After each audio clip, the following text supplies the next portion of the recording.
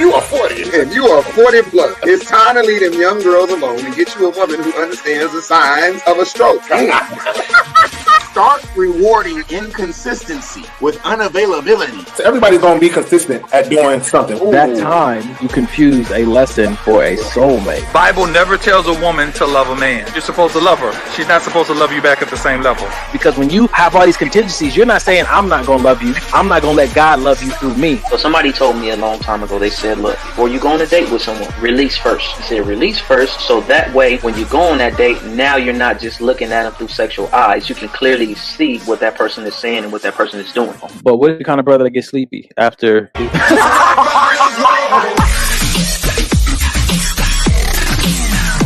You can trust them to be themselves. So everybody look away, and when you hit record, you can say, hey y'all, and then we'll look. 1, action. Hey y'all, tonight, maybe this one. Where's the hey y'all? Yo, fellas. Maybe this will help the podcast. 8 p.m. PST. Facebook Live, YouTube Live. Relationship talk you can relate to. Yo, fellas. What you doing tonight? Because I won't be here. Hey, y'all. Don't forget the maybe, baby. Don't forget the maybe, baby. Don't forget the maybe, baby. Maybe this will help. We don't know. Duh. Where's the hey y'all?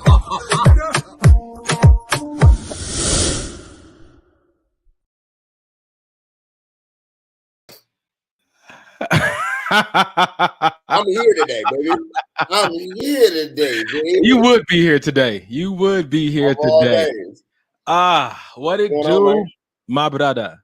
What it do, my brother? Not Amas, man. How you feeling, bro?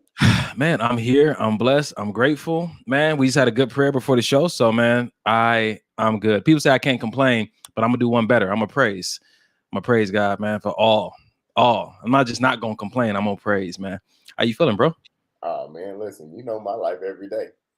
Ever since 2006, if I can get a breath in, I got a smile in. It may get a little heavy from time to time, but you know, I'm good, man. I'm gravy, baby.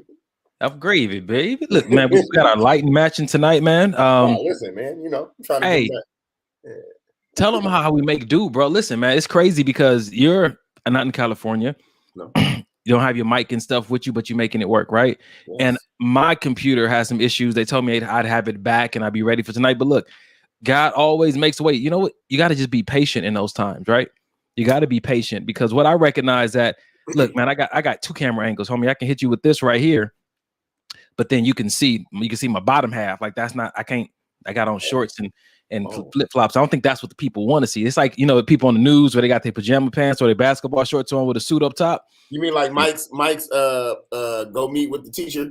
Exactly. Outfit, where he got the top with the bottom is good to go. So I'm gonna go ahead and you know, I might pull that back later on, but I'm gonna go ahead and keep this camera angle right here for the good of the people in the audience. Don't want them to see nothing they don't need to see. I ain't seen you in a minute, man. So why don't you go ahead and introduce us and we'll do our check-ins, man. Do what you do.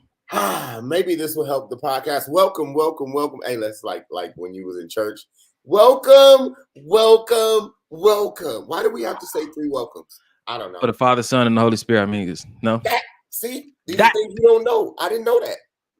You don't know. You still don't know it because I just made it up. So keep going. Welcome to Maybe This Will Help the podcast, where 4 gentlemen discuss the good, the bad, and the alimony from their point of view, and we provide a little vision of self accountability. I think that's the greatest thing about the show is that everybody on the show, that's the main thing that we're working on is holding ourselves accountable for our actions, for our thoughts. Not perfect by far. Still make mistakes, still have issues, but we're working on them. And I think that's the biggest part of it is that we're working on it. Something that most people don't do. Hey, man, that's good, man. We are. And I think the transparency and vulnerability we share in our episodes, man, is really not to entertain the people. It's really because we want to grow. And we just found, I feel like, you know, you 3 brothers are the best people to try new thoughts on, get challenged by, get comforted by. And we're not even perfect at doing the brotherhood, but at least we're committed to it. And it seems like we're getting better at it, man. At what point are we supposed to be perfect, though? Yesterday, I think if I looked at my calendar, I think yesterday was Perfection Day. It was okay. I'll send you an invite. I missed that invite. Man. Well, I'm doing good, man. I'm sorry, I was getting ready to ask, like, are you gonna tell me how you doing, or we just going? You know what? I'm living in the season and not waiting for somebody to call me to the stage. You know, Jesus, I'm just come on, won't he do it? Huh? God said go. I'm going. I'm not waiting for permission. So how's things been, brother? In all humility, I will say things are well, man. I'm just this week it's just hitting a little different. I feel God taking me through a transition. You can tell, like, from some of the commercials we put up or some of the posts that I make, God has different things on my mind. He's running me across a lot of people who have different things they're struggling with. And I made it a commitment a few years ago to always try to learn from other people's situations that they're going through, their mountains and their valleys. And so and I've just been paying attention to people's situations and spending some quiet time with myself. And I had therapy last Tuesday, and my therapist said, you're beginning to see your kingdom. You're beginning to see your kingdom. And he talked about just, you know, how to interact in your self-love, but still share yourself with people. Because, you know, I done slipped into that. I am good with me. If I don't do nothing else with nobody else. But he talked about how part of my personality is really, I shared my part of my personality really wants to continue to be social and share myself, and how that's an important part of self-love as well. Being social is a part of the self-loving process. So not isolation. So that's how I am, man. I do realize that a lot of there's a lot of pressure on men who try to be better men. And I just wanted to tell you that you've always been a great example. Good, bad, and different. We never lose. We always learn. So like you said earlier, when it comes to, you know, learning from people's valleys and their mountains, you've been a great example, bro. I mean, it's something that inspires people, and you're doing a good work. So, you know, we can't conquer land in our own homes with just us. It's got to expand, brother. I appreciate you, bro. I appreciate you, because if anybody should know that you're trying or see your effort, it's your circle. So, man, I've been making some deliberate intentions. I've been making some deliberate effort recently in my relationships with myself and with other people around me, and my commitment to my walk of faith. So, yeah, man, I appreciate the call out, man. You ready to get into this, man? Let's get into this thing. Listen, man. Somebody texted me and told me that Carrie's the only reason he's on the show because he want to be on one of the commercials. I mean, you know, listen, I don't get no time. You know, I mean, you suck. We gotta. What are you doing tonight? Because I won't be there. I won't be there. I'll be here tonight. Jesus, I'm gonna tell the people in the audience what we're doing. Welcome, you guys. Tonight we see you, Amber, Portia, Paige, just to name a few. Thank you guys for chiming in and commenting. Remember, we have an interactive chat. That means that if you say something of relevance, we will go ahead and put it on the screen as such. Don't forget the maybe, baby. Don't forget the maybe, baby. I talk back, baby. Hey, what up? That's what I'm saying. So what if you're trying to add value, we'll bring your comment on the screen. We'll comment on it. Let other people comment on it as well. We do the first half of the show. We're doing memes. We're going to discuss them from our, like my brother says, our personal experiences with them or people that we know. And then the second half of the show, we're doing videos. So what we want to do, what you do right now, tag somebody. If you've been getting something from this, which we know you have, because you've been sending us the emails and letting us know through your testimonials, tag somebody that needs to listen in. Tag the fellas, tag the moms, tag the kids who are of age, and let them listen in and maybe even participate tonight. So all right. Easier way before we get into it really quick. If you just hit the share button, send it to their messenger, they'll tap right in. This brother's a genius. Share the conversation. Man, just, you know, at some point I thought you was just a DJ, but, you know, clearly God had other plans for you. So been more than meets the eye, buddy.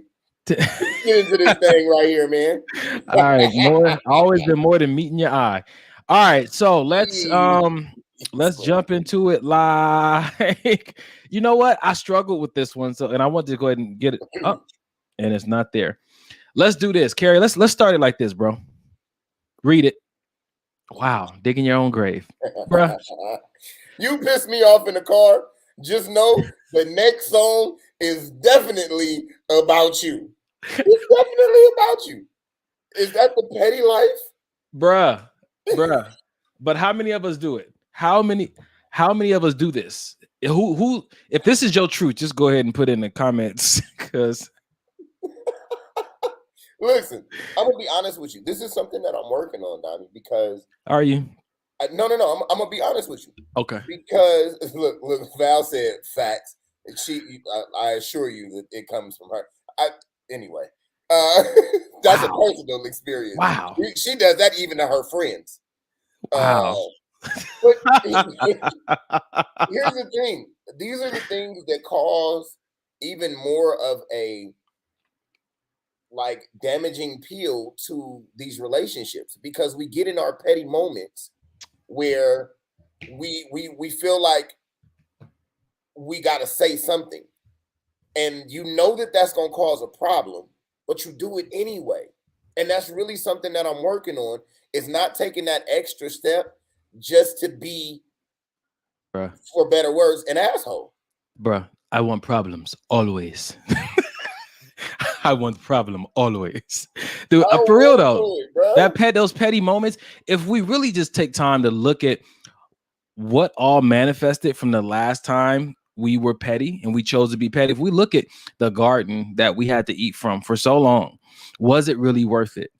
And some people say, yeah. You know, I mean, when they're ready to get rid of a relationship, they say, yeah. But then I believe that if God called two people to be in a relationship for any reason, friendship, partnership in business, or romantic, at some point, you're going to look back and be like, you know what?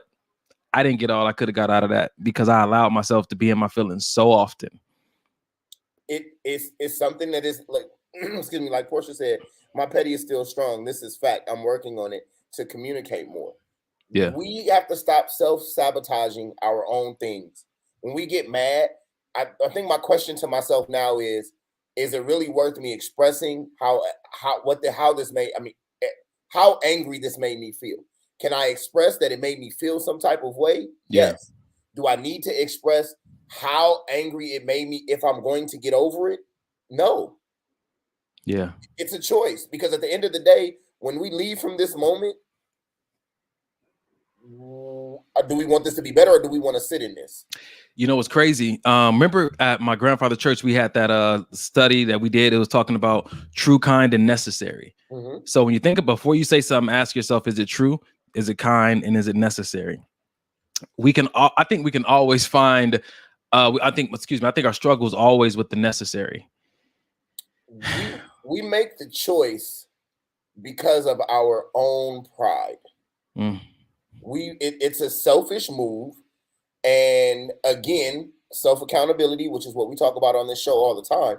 Hold yourself accountable for what's going to happen after this. If you don't give a shit about what's going to happen after this, do your thing. Do your thing. Because it's just like saying, because the person is thinking, did you play that song for me? And it's just like the same question, like, you know, in a nutshell, you know that it's for you. No, check this out though. I don't have you ever. Yes, you do. Have you ever been so deep in your wholeness that somebody tried to be petty with you and you didn't even pick up on it? Absolutely. You just been or ignore it. Or just, again, I'm saying so deep that you don't even pick up on it. They have to come back and tell you. Like I've been in and out of those moments. And more recently, I've been in them more consistently where I'm not even aware of the attack that somebody's trying to put, or the way they're trying to pull me into an emotion through the bait of pettiness. And it's a good feeling, and it's a good indicator that you've been doing that self-work, because you're not looking for the same things. And a lot of that stuff we see because innately we're looking for it. The hurt part of us is still struggling with some things. And I'm not saying that if you recognize the pettiness, you're not whole, but I am saying that there's a wholeness and a completeness within ourselves that we can achieve, to where those kind of attacks, we have so far pushed them over to let our angels and let God deal with them, that we carry on just with our business, like business as usual. I think in the counter to that is there are some people that just pick it up on the natural. It's just there. Like, I mean, I feel like I'm a person that picks it up on the natural. So my battle is a little different from yours in that amen. I get it. My battle is not responding. See, this is where you used to call me oblivious about things. And I don't know if that's because you have a more of a sensitivity to people's energies and vibes, or me. Maybe it's not oblivious. Maybe I just don't care. I think you don't want to care in some aspects, because you know how again, this is a monitoring of self. Yeah. my thoughts as far as you're concerned, when it comes to this, I feel like you don't want to because you know how you would react. You know how you would respond. So it's almost like a blockage for self. You know why that's so good? I was talking to one of my coworkers and she was saying, like, do you recognize when girls are like flirting with you or, just trying to throw themselves at you sometimes? And not that it happens often, but when it does happen, do you recognize that? And I said, usually I don't. And they're like, how do you not see it? I was trying to be humble. This brother here, listen, it doesn't happen as often as people think it does.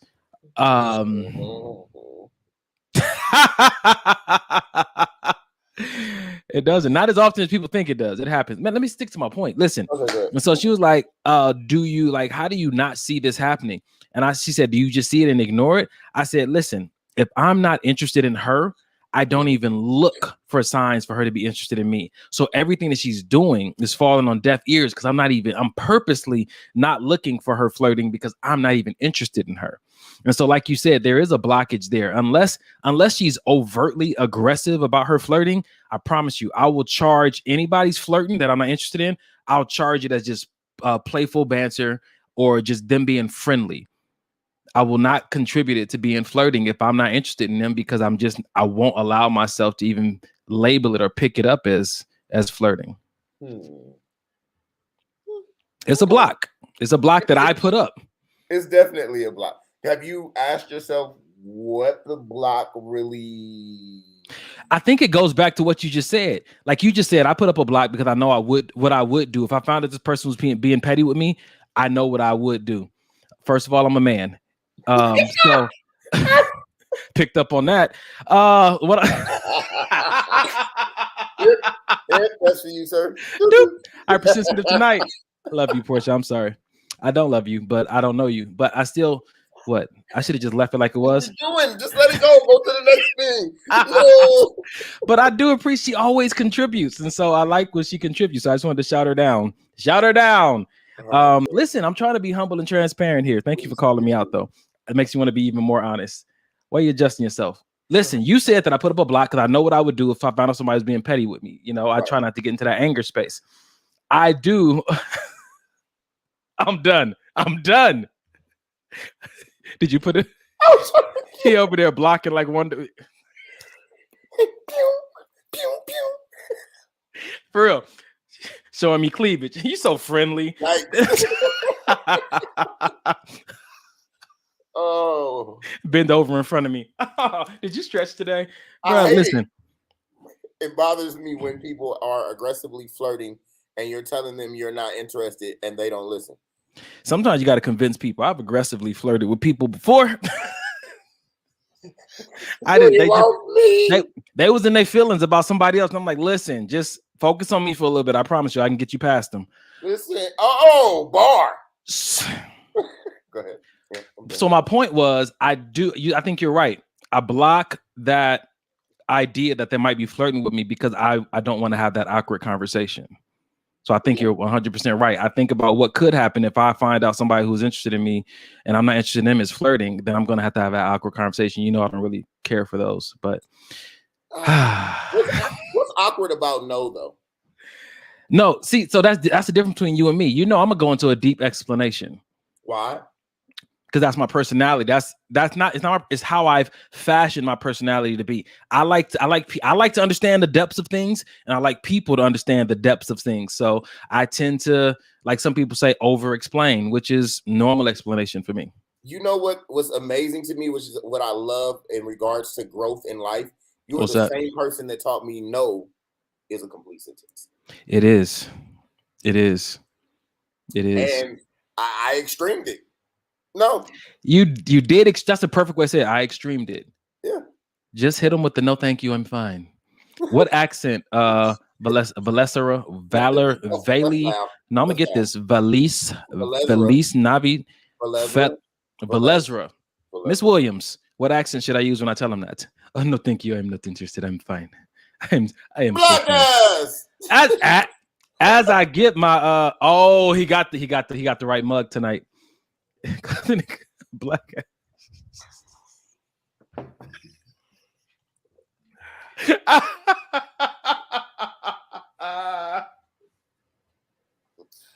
What up, Mike? What up? What up? We in the middle of a conversation, bro, but we love you, so we're gonna stop and check in with you because this fit you got on right now. I just wonder if is it on the site? No, this is a 1-on-1 right here.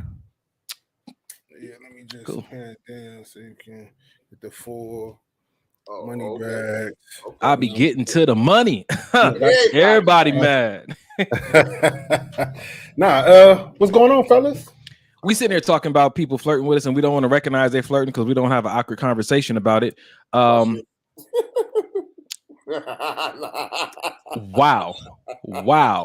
Escalation. You want to talk about it, Mike? You want to do your check-in? Because that brother started itching quick. I tried to move him. That's this falls into the conversation we was just having yesterday. Oh, it does. Donnie. Oh, it does. And it's one of those things where it's like, man, I told you the situation, and you could be really cool. Like, I could really see you as a friend, legit, but you just want to test those waters, and it's like, I can't. I gotta cut it off because you're not respecting my boundaries. You ain't respecting me as a man. If a man says he's about something, listen. Let me tell you, this is what helped tonight. This is what Miss Williams just told us. Plain and simple. Just hit him with the no, thank you, I'm fine. No explanation needed. She told me I don't have to over-explain. Just the no, thank you, I'm fine. I second that. And then the caveat to that though is that we as men, we got to be firm in that no. It can't be no, no, I'm cool. But then I want to text you and ask how you doing today. Like if it's gonna be a no, it gotta be, you gotta draw that hard line. Like, nah. Wow. If we're honest, all of our no's, we don't really want them to be no. Explain that. If I wasn't single, you'd get. I mean, if I was single, okay, you'd get it. Yeah. Maybe in another life. Yeah. And that's what I feel like. That's a great point, Carrie, because I feel like a lot of times, and again, women, we can only speak from a man's perspective. We're not saying only women do this or only men do this, but again, we're only speaking from the things we deal with or encounter. So you don't want to speak for your feminine energy tonight? Your dynamic feminine. Okay. He just got on the show. Okay. Go ahead, Mike. Golly. Nah, I was gonna say I feel like I lost it. Yep. I'm sorry. Did this mess you up? That messed you up?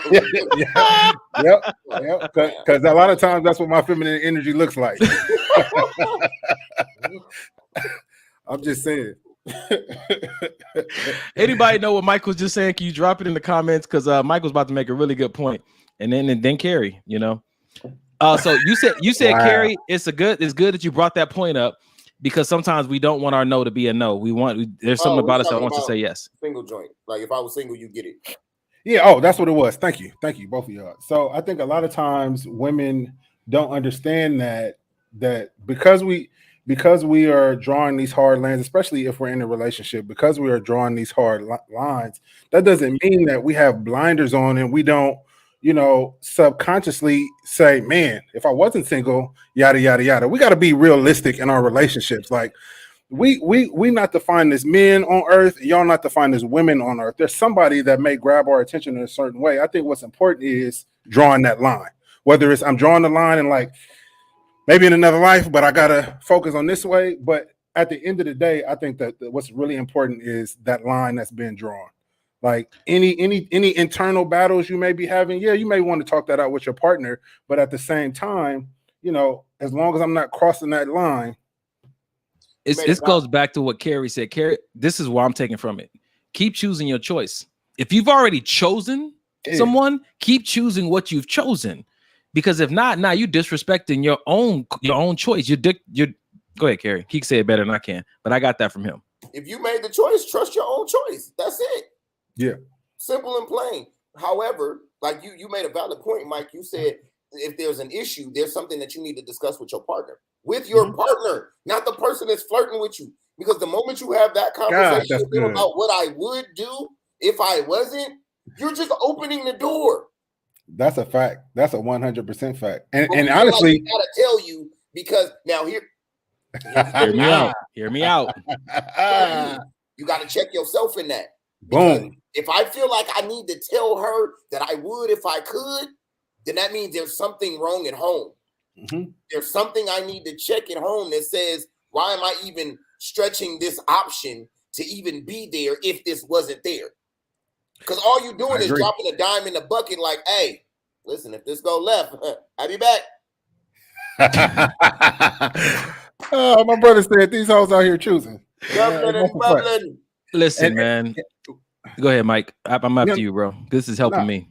Yeah, no, I was just gonna say, and a lot of times, I mean, how many times have when we were all single, how many times have a woman who's been in a relationship, boyfriend, she has a boyfriend, but she's telling you all her, oh, I got a problem with him and he's not doing this, and in the back of our head, we thinking, oh, I got you, because now I'm about to show you what you really want to see. You know what I mean? If we're interested in this woman, so you got to figure. Listen, telling this woman that y'all that may be interested in you can also be opening up the door for her. You telling her you in a relationship, but she thinking, oh, he not happy. I'm finna cook him a meal tomorrow. I'm finna send him $50 in the cash app. I'm finna do all the things I know his woman's not doing, so he can look my way. Gotcha, bitch. Listen, I'm gonna tell you like my old mentor said, Cisco. He said, I should be your boyfriend. That's what he said in the song. Cause you know he lying. It might seem like I'm hating, but girl, I'm just relating.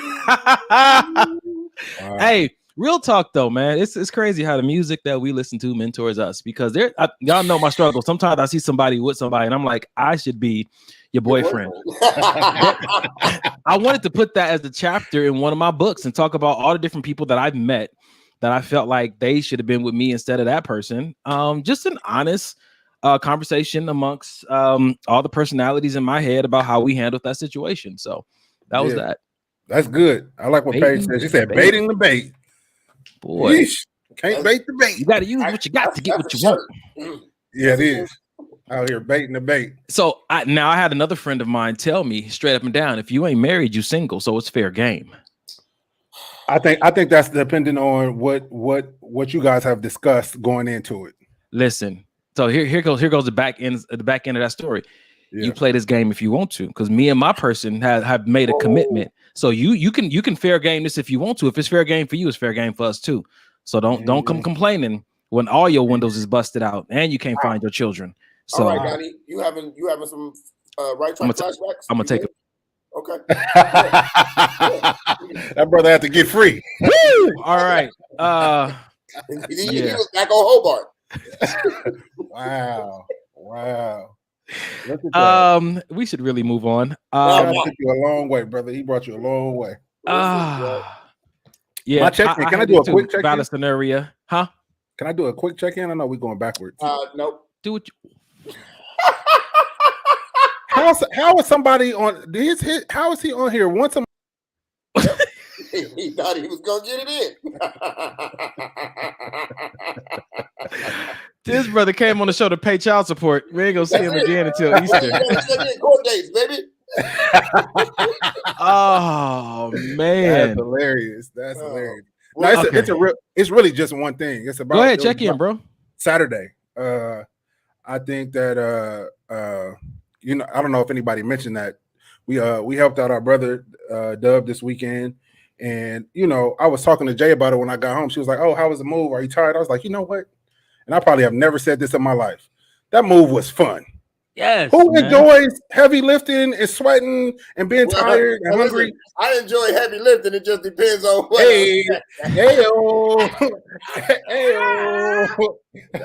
My back, my neck, and my back. No, but it was the doctor said I need a bacchiatomy. Wow. Shit, okay. No, but it was the highlight of probably the highlight of my month, man. It was refreshing. Like I said, it was something that was needed, and it was, I don't know, man. I can't even explain. Didn't even enjoy himself. What I tell you in that, I know. Well, go ahead. What I tell you in the elevator, Mike. My grandma said it don't matter what you do. It's about who you do it with, man. Moving a house to an apartment or whatever we're doing. If you're doing it with the right people, man, you can leave that thing invigorated. 100%. It had to be a good time because we got there at 10. Right. Anybody else, I'd have been like, that's 100%. I still wish we had had a camera when Granny offered Yo, One out. Bruh. Yo. Get your boy. Get your boy. Get your boy. Yeah. Get your boy. Alonzo's disrespectful this evening. He is disrespectful this evening. Golly, Man. All right. Let's get into the next one, fellas. Let's do it. All right. I Yeah, got because one. Let me come on in. Come and make yourself useful. Add some value. Here we go. It's hard being a woman's first good man. Nah, read that one more time, bro. Yes, It's sir. hard being a woman's first good man. Not perfect, not flawless. First good man. If she didn't have a daddy, a brother, anything that gave her something more than the basic rah-rah, you give her a taste of that, you good in her book almost for life, to be honest with you. But at what point does she recognize it? She may not. But you still a good man. And sometimes good men need to tell other good men you're a good man if nobody else has told you that today. Actual factuals. That's a fact. Mike, you a good man. How you feel about that, Donnie? I'm gonna let Mike sit with that for a second. You a good man. Jeez. Listen. He didn't say cute. He didn't say fly.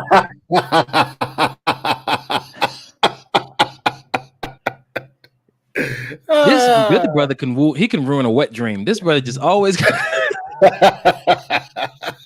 trying to get sentimental, but you are. Bottom line, Mike. Bottom line, man.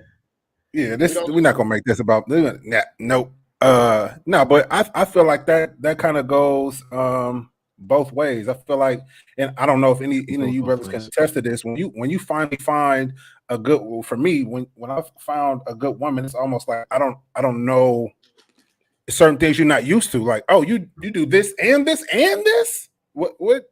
Like it could be. but for real, it's almost overwhelming, and you almost feel undeserving. It's been times where I almost feel undeserving. Like, man, like what have I done in my previous life to deserve you? Hey, listen, Sean made a good point. How old is she? At what age are women meeting their first good man, or like? I don't think age I don't think it's no age range for that one, because I've met them in the 50s all the way down to the 20s. Let me ask you guys a question. At what age do you think like you finally became a good man? What time recently? Is it? Look. In 2 hours, I got you. In 2 hours, I got you. Just give me. I got a few things I need to do. I don't think it really starts in when you really decide you want to be a good man, not necessarily when you've actually become that. Because I think becoming that is always a work in progress. Like it's going to be a continual thing on fine tuning and sharpening this and making sure this is good. But I think when you come into the mindset of, you know what, I'm gonna do things different. I'm gonna do things the way I know they're supposed to be done. You know what I'm saying? I think that's when the clock starts, if you will. So if we go back to this post and it said that it's here we go. It's hard being a woman's first good man. I saw Ali said in the comments that you're not normally you're not the last, just practice. It's a tough place to be in. But then Kissmate came right behind her and said that it's not hard if she recognizes it. And I think that's the part that does make it challenging, because as a good man invests and makes his investments, there's always an expectation of return on that investment. And I think that sometimes my struggle has been, as I transitioned into really submitting to God and him showing me how to conduct myself more thoroughly and more righteously in relationships. It's challenging to see yourself doing the right thing and then getting the outcome as if you were a dirtbag. Me and Errol had this conversation and we were like, I'm damned if I do, damned if I don't. Like when I try to open up doors and be a gentleman and hear them out and everything, it's almost like I become this trash bin for them to vent into. But then when I actually stand up and say, he's tripping and start speaking my mind differently, or maybe even tapping into not even disrespect, but just not doing those extra over and above things that a gentleman does, then I still get talked about. And so I think at some point you really have to solidify you're a good man within yourself without needing that affirmation from her. And if you don't feel like you're being appreciated as a good man that you are, then you can always leave.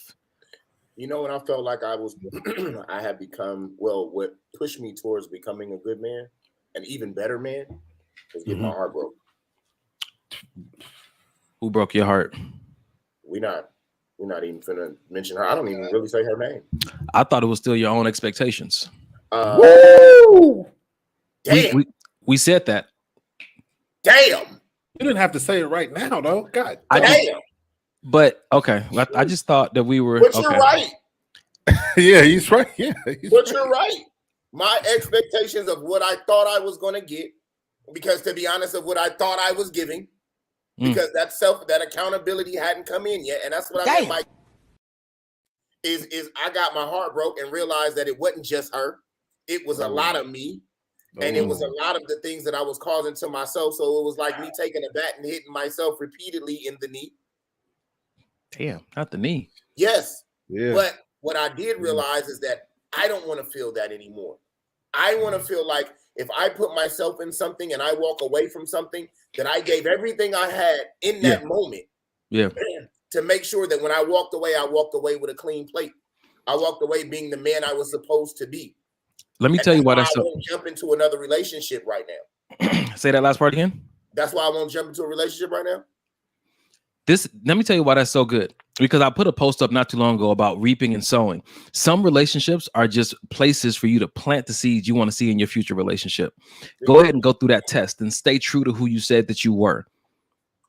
God's gonna honor that, man. He's gonna honor that. You staying true. You don't stoop to the level or compromise to the culture of a toxic relationship. You identify what's happening and you do your best to stay that term until God says leave. And then you just thank God that you were able to continue to maintain. Damn. We had to throw two of them on there. But I think that's what I've learned, man. I just want to continue. The post said, continue to plant good seeds, even when you're tempted to do otherwise. Wow. Don't stoop to that level, man. Or my sister say, don't stoop to stupid.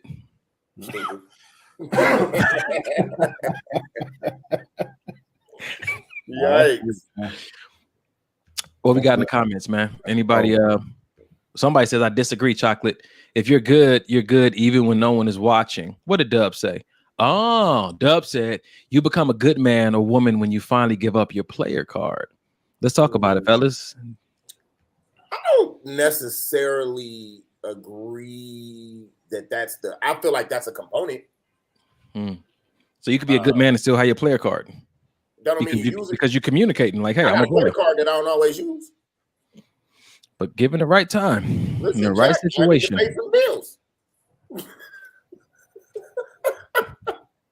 Listen, you want the rent paid or not? Listen, Jack. No, I really do feel like that is a component that has to happen if that's your issue. For some people, that's not their issue. Right. So, for that to be, I think for cats like us, yes. So, but that's not everybody's battle or ministry. So check this out, man. I want to somebody chimed in, see what y'all think about this. They said, thinking the post relates to relationships only. Sometimes a woman can see a good brother, a good son, a good friend, and think it will correlate to a good man. Not always the case. That's 100%. You've seen a good man, but it doesn't correlate into that relationship. That's good. Yeah. Go ahead, Mike. I'm just agreeing with it. That's really good because I've been good. All of those. I've been a good son. I've been a good brother. I've been a good friend, but necessarily haven't been a good boyfriend, and vice versa. Sometimes I've been a good boyfriend, but necessarily not a good friend. Is it possible to win a race you were never intended to run? Yes. I think sometimes we suck at things that we were never called to do. Sometimes you just weren't supposed to be your boyfriend in the first place, which is why you sucked at it. Or other times your character is flawed. But either way, I'd like to consider both possibilities. Like this wasn't intended to work. We were just really just good sex partners, and we tried to make this into something more. And we wasn't even supposed to be doing that because we were distracting ourselves from where we were supposed to be, but it felt good. And now I have to own up to And I knew it, and I was aware of it the whole time. Now I need to own up to that and recognize that I may have delayed or detoured myself from being where I really needed to be. And I need to walk in some humility as I get back on track. Does it necessarily mean that I wasn't supposed to be there, or that I was supposed to learn what I was supposed to learn while I was there? So that depends on how you look at life. My processor is that there's a place that I belong, and then there's places I can go. I believe in God's perfect will and God's permissible will. Just do my best to try to get into the perfect. Yeah, he can make a mess out and make a beauty out of anything, but I don't want to have to go through that Jonah situation, running from where I know I'm supposed to be if I don't have to. Yes, he learned something and we're benefiting from it, but if I can avoid it. But when I think about that, I really feel like just my thought patterns as far as that. I feel like we're gonna get the lesson. Like the lesson's gonna come in at this time, Now, the permissible will and what's the other one? Perfect. Perfect will. We don't get the issues from that. When we slip into the other side, you're gonna still get this lesson. You got the lesson over here on the perfect side, but it was no hurt with it. It was just a learned lesson. When you're outside of the lines, you got that same lesson, but you got a whole lot behind it. Well, you sound like you like outside the perfect will, so you occupy that land. I'm gonna be honest with you. Sometimes I guess I'll say I don't realize that I'm outside of it. You know what I'm saying? That could be the fault of your circle. We have to take some responsibility for that. I'm not talking about current, brother. We talking about prior to. Jesus, give me a second. I mean, I've been your brother for a long time, so I'm saying just because let's be transparent. I just became accountable with and for my circle. Prior to, I was in a selfish mode and didn't realize it. Okay. Because I wanted to be my own self person.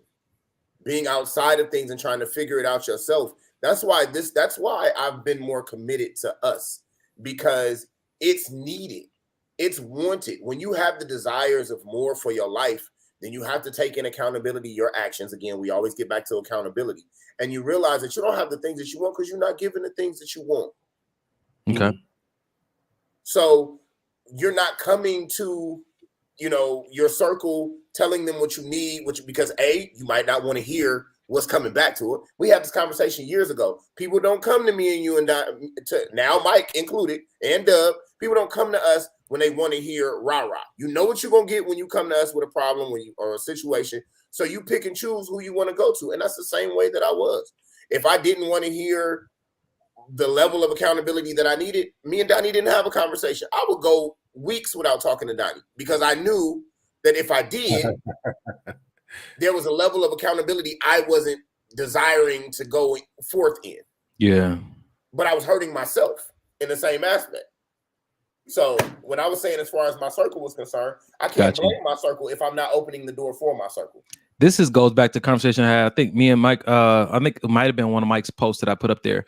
They're not your accountability partner if you guys don't have an agreement on accountability and you don't submit yourself to them.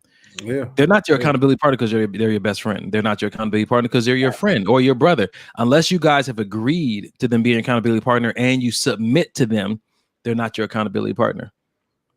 Can I submit an invoice? Never mind. Okay. This brother here. Listen, I want to go back to this real quick because Ashley brought this up. Talking about the perfect will versus a permissible will.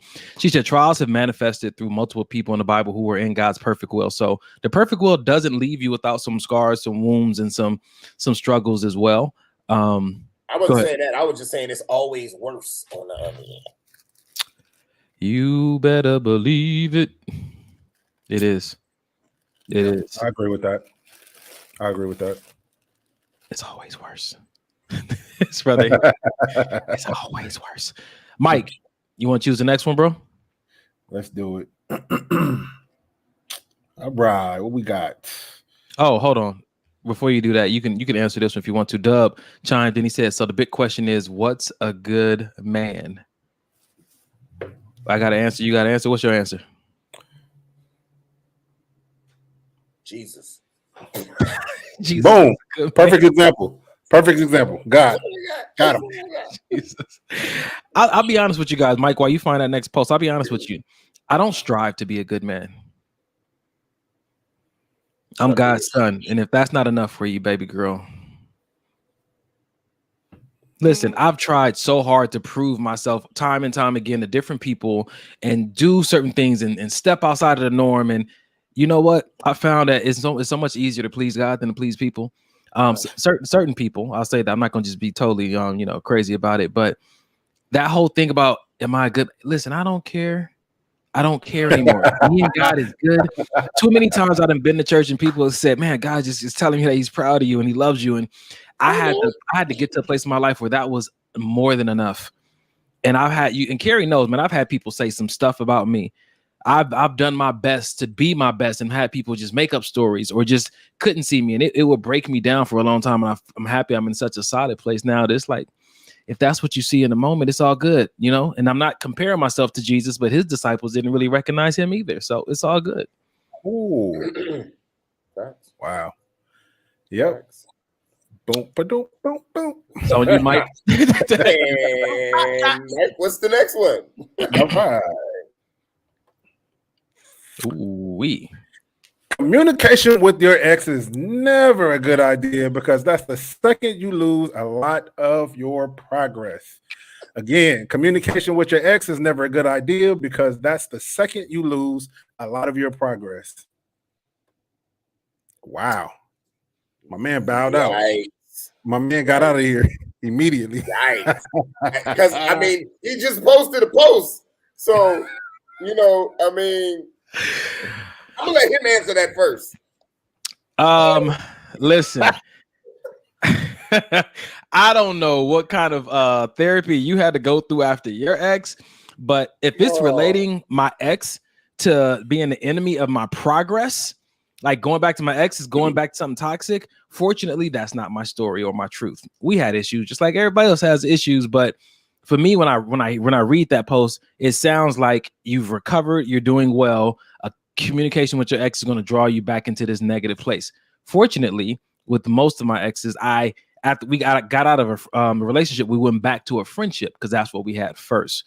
And it hasn't always been that way, but for me, that's how I'm interpreting that post. Mike, I think what I got out of it is whether it was whether you guys ended in a cool way or whether you ended in a negative way, whether the relationship was great when it ended or bad when it ended. I feel like a lot of people are against any type of relationship with your ex if you're in a current relationship. Oh, okay. If you're in a current relationship, okay, talk on it, man. Well, for me, I feel like you said, if we started off as friends, we got together, it didn't work for whatever reason. As long as whoever you're currently with is again, because it goes back to communication from the jump. If the person that you're with is like, okay, cool. You guys are friends. I'm not going to try to get in the way of that. Then cool. I get that. Because at the end of the day, because we were in a relationship doesn't mean somehow we can never be friends again unless you know within yourself, like if we talking on the phone, I'm going to feel some kind of way and I'm going to go out with you. I'm going to want to take it further. If that's the case, then no. But if we're talking about legitimate friendships because you guys have built that up over the years, I don't see no harm in it. Like, it makes me think about like if I am in a new relationship, then for me, I try to be intentional about my friends becoming the friends or at least the acquaintances of the person that I'm dating. You know what I'm saying to you? And so if I'm in a new relationship and me and my friends are like legitimate legitimate friends that are now exes or whatnot. Everybody, Mike, this about me by now. Like everybody should know everybody. Everybody should communicate with each other, and because I don't want to facilitate a whole bunch of side conversations and drama. I think Dub makes a really good point though. He said, depends on what you're communicating about. Oh, 100%. When me and my ex, we went separate ways and whatnot, and we both had the understanding that we were, going to call this thing off. I think we both were intentional about things we would communicate about when we would visit each other or if we needed to visit each other. And I think that's what came up a lot. If I'm recollecting this situation properly, we really started leaning into what do I need to do, because the relationship was so much built on what do I want, and like we were enjoying the possibilities.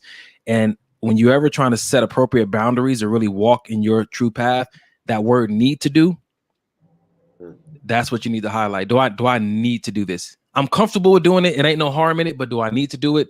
Still sends you on a different path. Be Very honest central. with yourself. This is like, we can say all of this stuff back and forth, but in the back of your mind, if you know you want to take your ex down, stay away from the situation. If you know that they still know the triggers that get you to where you need to be, because they know that one spot that rubbed the back of it, they know, like, don't play with fire. You will get burned. No matter what you're telling other people, no matter what everybody else sees, if people don't see it, if nobody recognizes it, you still have to ask yourself, yo, like, is this safe for me? Like, is this a safe place for me? Like, how am I'm gonna be, we're transparent. My ex lost somebody significant to her during the pandemic.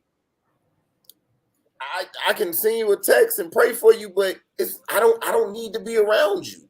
I don't need to be making sure you can make it through this because I done been through this and you need to. Oh, we don't need that. This is not a space for us. This is not a safe space for us. You know what I'm saying? So I'm just saying, because it could be a good place. It could be a safe. It could be unhealthy.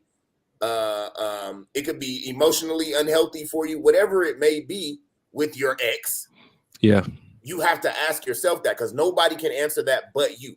No matter what Donnie sees or Mike sees, I got to ask myself inside and be honest with self about this situation. I mean, if we're going to be all the way real about it, you know that every time you think about it, what images come up in your mind first?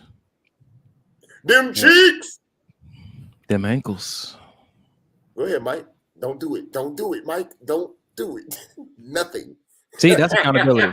I am your brother, and I let you as a good man. That's why I love you, boy.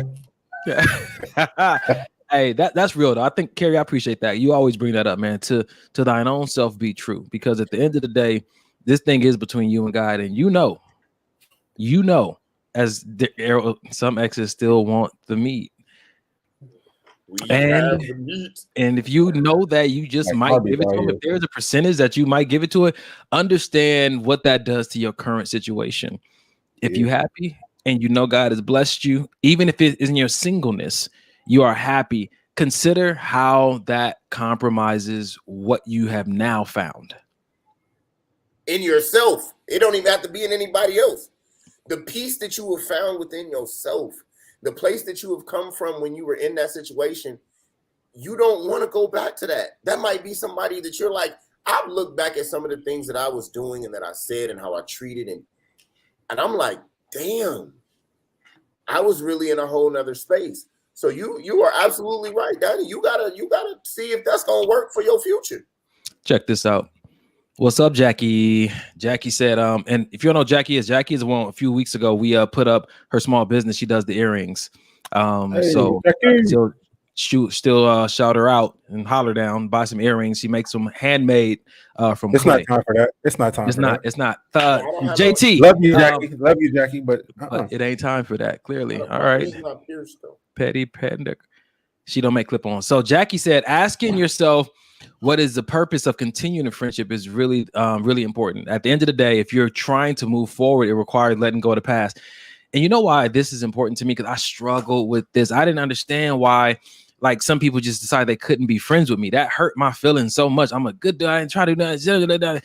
And it was so far not about me. Mm-hmm. And I had to work through that with friends and stuff. I took that so personal.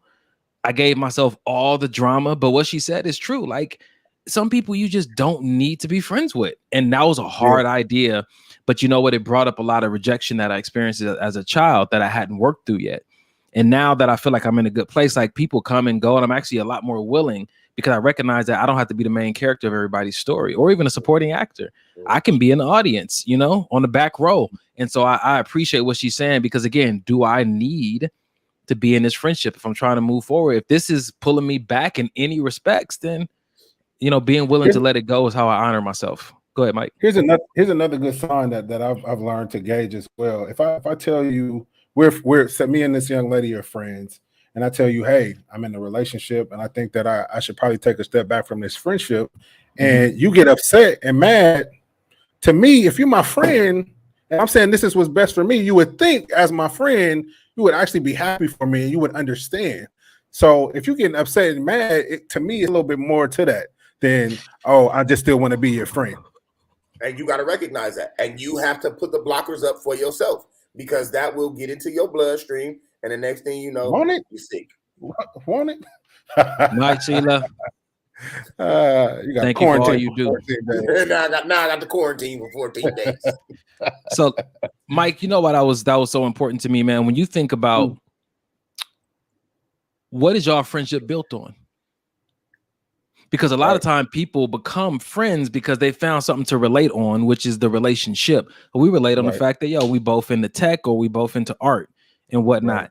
Just because you guys relate on that level doesn't mean they're going to respect your relationship. So you got to understand that even with friends, there's boundaries. Some people, our friendship is either in a season or is from a certain distance. And if you tell the person like, yo, all this stuff is good, tell them also, like, I sometimes look at you very lustfully, like tell the whole truth, and just be honest. Sometimes I look at you lustfully, or sometimes I have these certain thoughts and it's just not healthy for where I'm trying to be at. And I think a real friend, it might hurt because there was ideas and agendas and hopes in the future and a vision, especially if you guys try to build something together and it's like always good times. But that's life, man. I think that the more we understand that, sometimes the more courage we'll have in doing it. So there's probably some people in our life that we need to say, yo, we can't be as close as we used to be for certain that's all Carrie. I know that's all Carrie. I know that's all Carrie. We can't be close for certain reasons. Those might be the because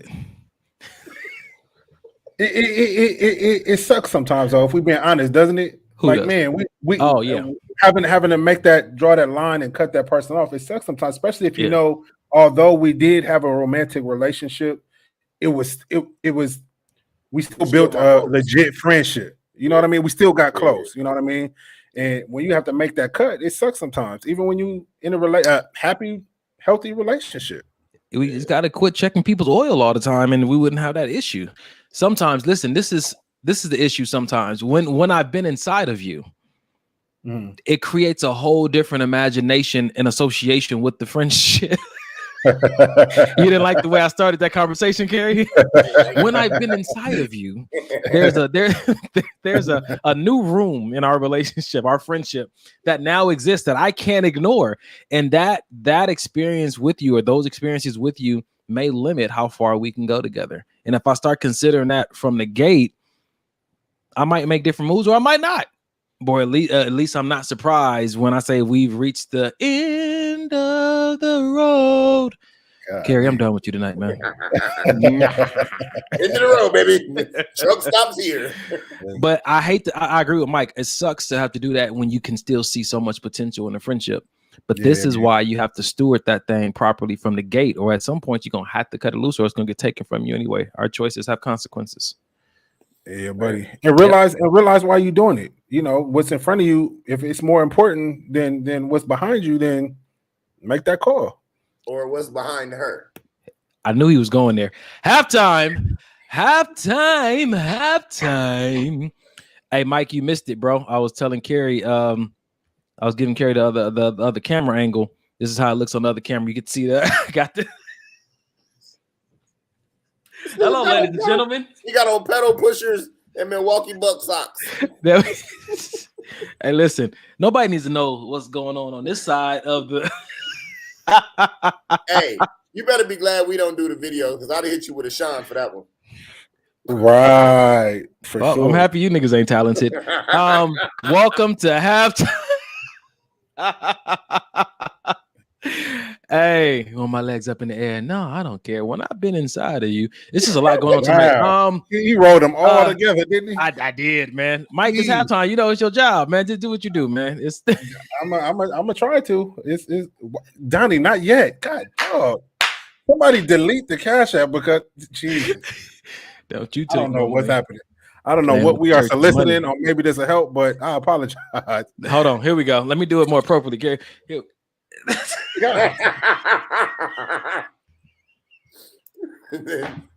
raise the offering. First of all, give an honor to God. Whom all blessings flow. Listen, if you guys want to sow into our building fund, no, we don't have a building. Okay. What's the business? What's our business? Wow. Listen, first of all, we just want to thank you guys for tuning in thus far. and dealing with us and putting up with us. You want to help me pay for my gym membership? But tell the truth. The numbers are just plummeting right now. You know they're not though, for real. No, they're not. At all. No. So thank you for tuning in thus far, man. If you guys are not following us, Facebook, maybe this help the podcast, Instagram, maybe this help the podcast. Please like, share. Let us know in the comments what's been your favorite either quote, moment of the show thus far. For most people, I know it's when you saw me get on the show. So thank you. Wow. Nope. Okay. Not gonna hate. And yep, that was some people's favorite part. Why are you looking like that there, Donnie? Why is your hand on you? Because you do this to your own inbox. So wow, you don't this nope. Anyway. Mm-hmm. We do this as a labor of love, and it's not free. We just say it like that. It's not free. A lot of you guys have been seeing some of the posts and little commercials and backstage footage of things that we got planned for the near future. We're going to keep dropping little hints until we get it accomplished. What is that? Neither one of y'all niggas looking at the camera, and I just keep putting up stuff that y'all both missing. Thank you, Alicia. We appreciate it. We really do. This is what we're talking about right now. Y'all need help. Maybe your donations will help. Wow. Donnie, this is all you. Donovan, this is your time to shine. Go ahead, get it. Listen, not with that in the background. No, that's perfect. What Reverend Donnie Love. Donnie Love. Wow. All right. Listen, I'm gonna do it this way. If y'all want to help me complete my outfit, just donate. I need pants to go, and a nice pair of shoes to go with the rest of this out. Why? I hate these niggas so much. What we do here on Maybe This Will Help the Podcast is a label. Your donations are going to the projects we're working on. As soon as they lift this mandate, we got some things planned for y'all. But we do have some things for the people who are the people who are not comfortable with coming out. We have a lot of things we're working on, and so not the closet, Carrie. How we do the show with him? I don't know. I don't know, man. Okay. Do I seem shy and modest this evening? I think Mike, you a good man. Stop. Okay, I get it. You're trying to make me uncomfortable. I want you to listen to what I say. Don't be highlighting what they say. I'm your guy. What I say is more important. I'm your guy. If I didn't say you were shy, you're not shy. You my guy. Okay. All right. Go in the background and get uncomfortable. All right. So as we get into the next half of this show. Jesus Christ. Dang, I said it while I was in the shower. All right. So really, Carrie? You just gonna act like you don't hear this, brother, huh? Oh, listen, hold on. She don't. Mike, if you talk about my pedal pushers, I don't know. What is that face you're making? That's your old face? I don't know. I don't know about these emojis. Let's move on to the second half of the show. Tag somebody. Tell somebody come watch this show. Second half of the show is all videos. We're gonna be doing videos and we're gonna give them commentary. Carrie is gonna be. We're not making movies. I don't understand why everything I'm saying is being taken. Thank you. Yes, it's Carrie. Come on. It's right. Act like you don't know. Yep. So, wow. All right.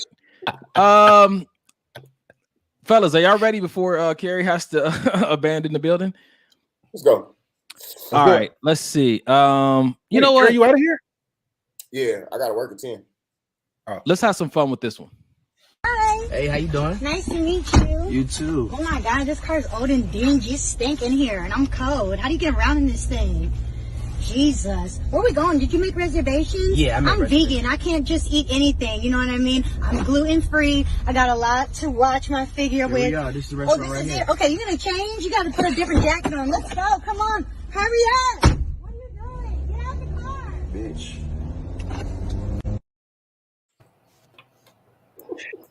do we want to talk about horrible red flags of it all? Jesus. Nah, that's no, that's it. That would have been it. As soon as she got out, I'm doing like my man did. I'm driving off. Nah, I'm not driving her to church, man. That's between her and Jesus.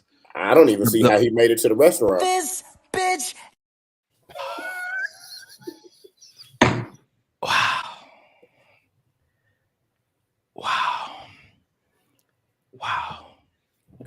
Listen, man. Cause no, it's just because it's one thing to because I've been on first dates and in your head you're like, oh man, really? But you to verbalize it the way she verbalized it is borderline disrespect. Borderline? This car is this no. Well, you 100% disrespectful. It was 100% disrespectful. This car, the first thing you say when you get in is this car dingy and it stink and yada. Anyway, yep. But hey, but let's just be real for it. Those kind of women exist. I've met them. That wasn't just comedy skits. Those are real people. You don't believe me? Listen, Jack. Where do you find these? You know what it is? You know what it is? I think Donnie has these experiences with these type of women because he is nice. Did you flick me off at the same time? Let's qualify that. I do tolerate, or I have. Tolerate. Yep. No, tolerate is the word. Tell him the devil. Wow. Okay. Let's try it this way. I have tolerated a lot in my life against the advice given to me by my peers. I have tolerated more than I should have. And it wasn't until I really saw what it was costing me that I really listened to my brothers a little more intently and said, that's not okay. I'm still optimistic, but I was in denial about a lot of things I was seeing. And this goes back to thinking you can save the world and they just need to experience you and then they'll be different. I was taxing myself, burning myself out for the people that really mattered to me, the people who wanted to treat me right. So I did tolerate a lot. And that would have been me. And I probably would have went in the restaurant with her and just try to be patient and breathe through it and try to see if there's something to salvage there. But I think brother did the right thing, man. Sometimes you gotta be radically responsible for your peace and say, I can't do this. Or even not say it. Just do it. Or at the end. This bitch. All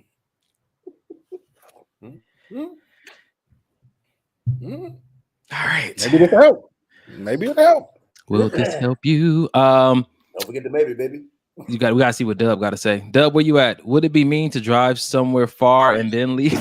I was thinking that, Dub. I was thinking it. I was thinking it. And I don't think it would have been rude.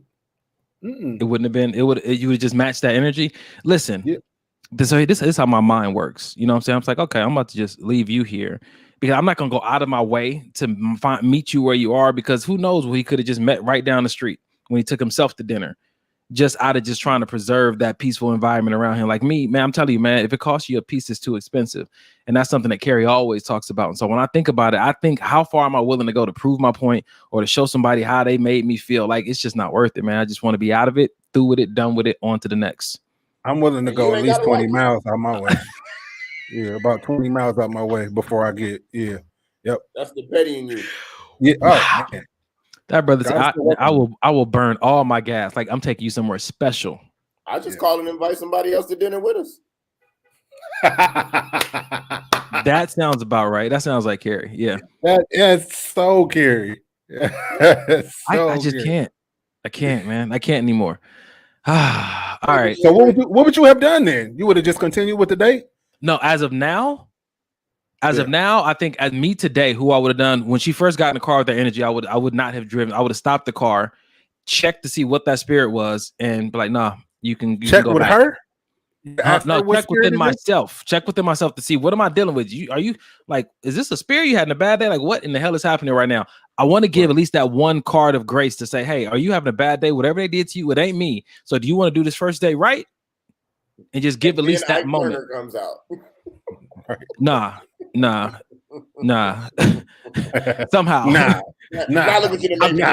I'm trying to convince myself. Nah. Right. Nah. Make up a perfectly good automobile. Shit. So dingy attitude out of here. Man. Yeah. All right. What y'all got? What Carrie Errol say? Oh God, nope. We already get that one. Here we go. That I am. Check to see what spirit was. Yeah. That's what I'm trying to do. What Kiss May? What was she like before they agreed to a date? Oh, he should never pick her ass up, in my opinion. It wasn't a blind date, it was just a first date. Wow, that's a very good point. So basically, some type of interaction had to happen for them to get there. and what was thank you, Valesinaria. Yeah.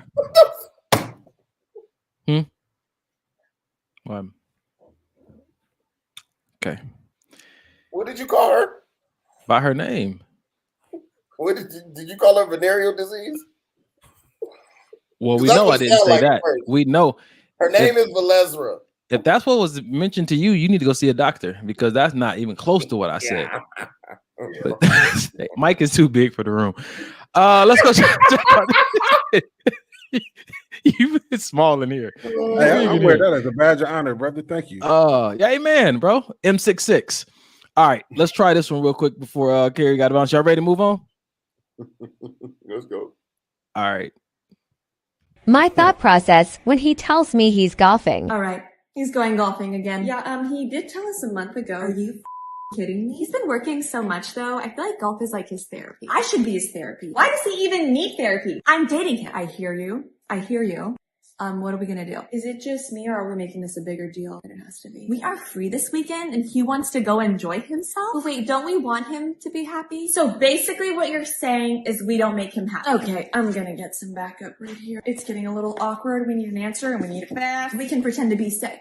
Then he'll have to stay. Not a bad idea. Very original. Heart, any thoughts? We'll go golfing with him.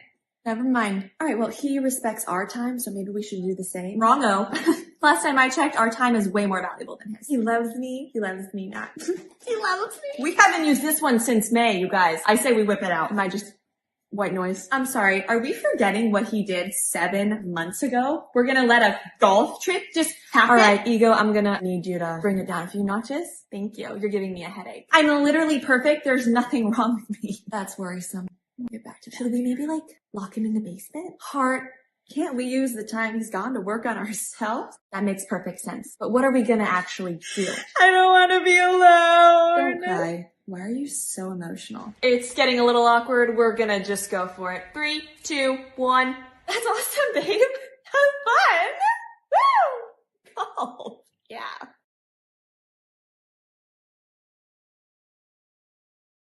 Were you re-traumatized? Yeah, because I feel like I'll just speak for me. I feel like I overthink at times, but I feel like I don't overthink that much. If I'm being honest, so he's ego right now. No, I have about 2 or 3, but I don't have. We don't argue that much.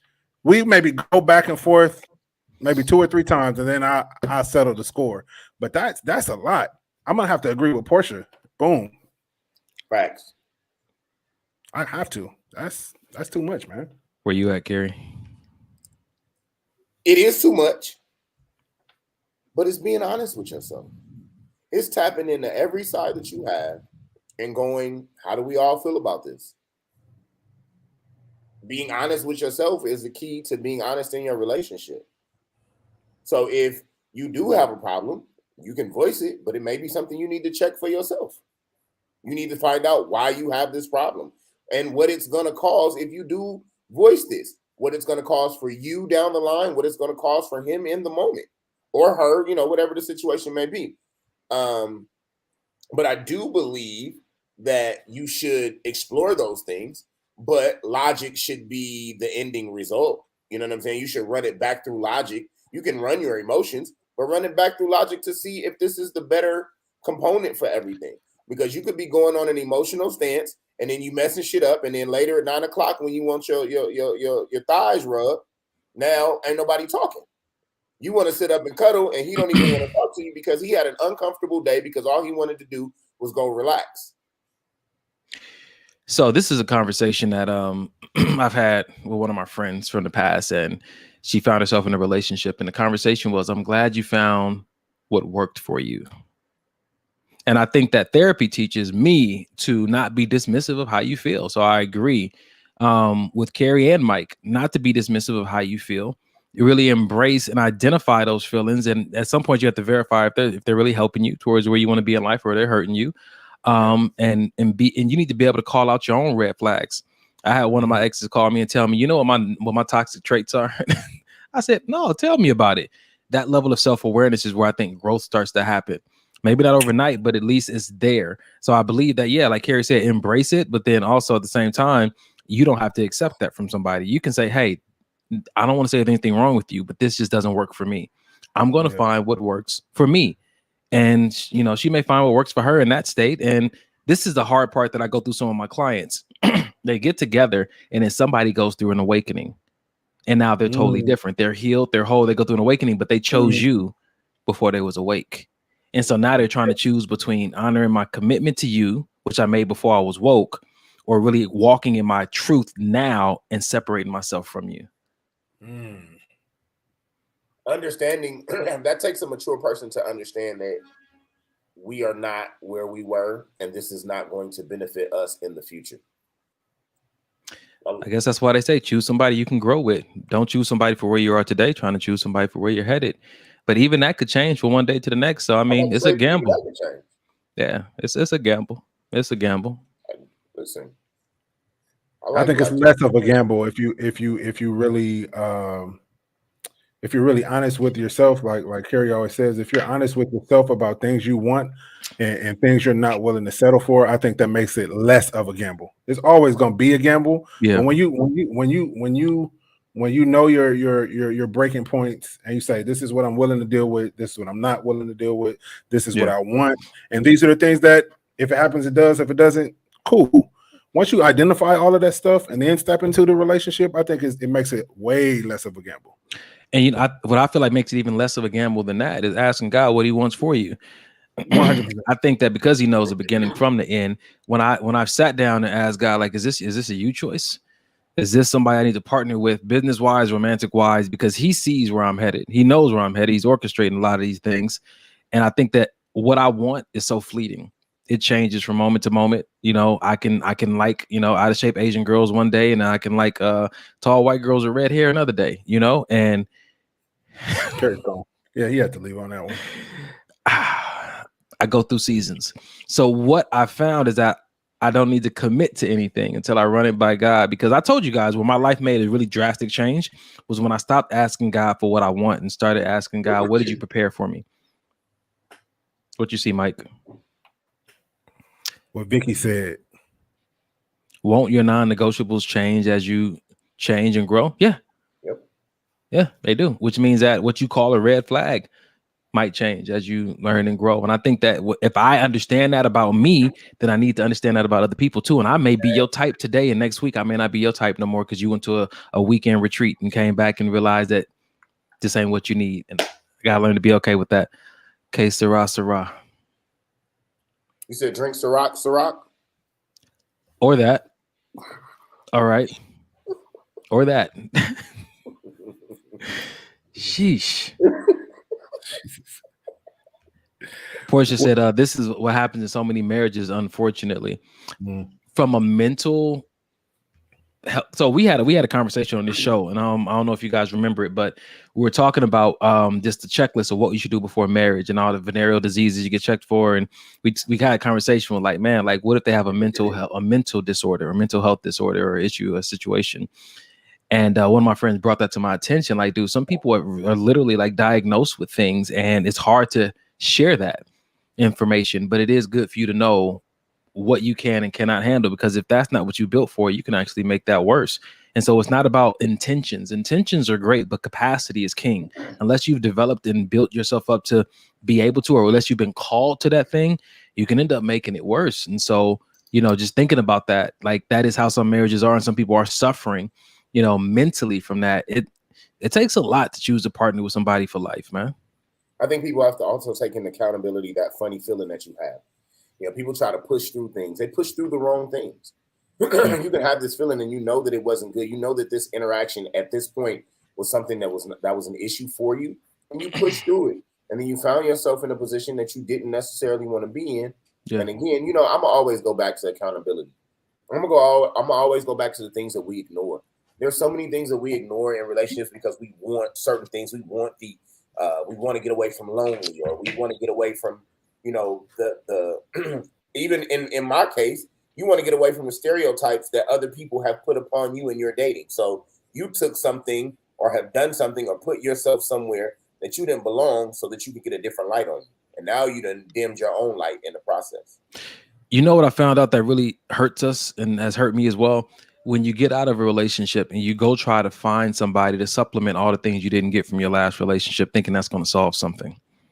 Instead of just finding a good, solid person who is good for who they are, I was doing this study the other day with my friends, and we identified that the thing that we are hyper focused when we're searching for a new relationship is usually the thing that we were deprived of the most in our last relationship. And we shouldn't let those things guide us. I think they should be a part of it. I think you have the things that you learn that you like. You should put those in your back pocket.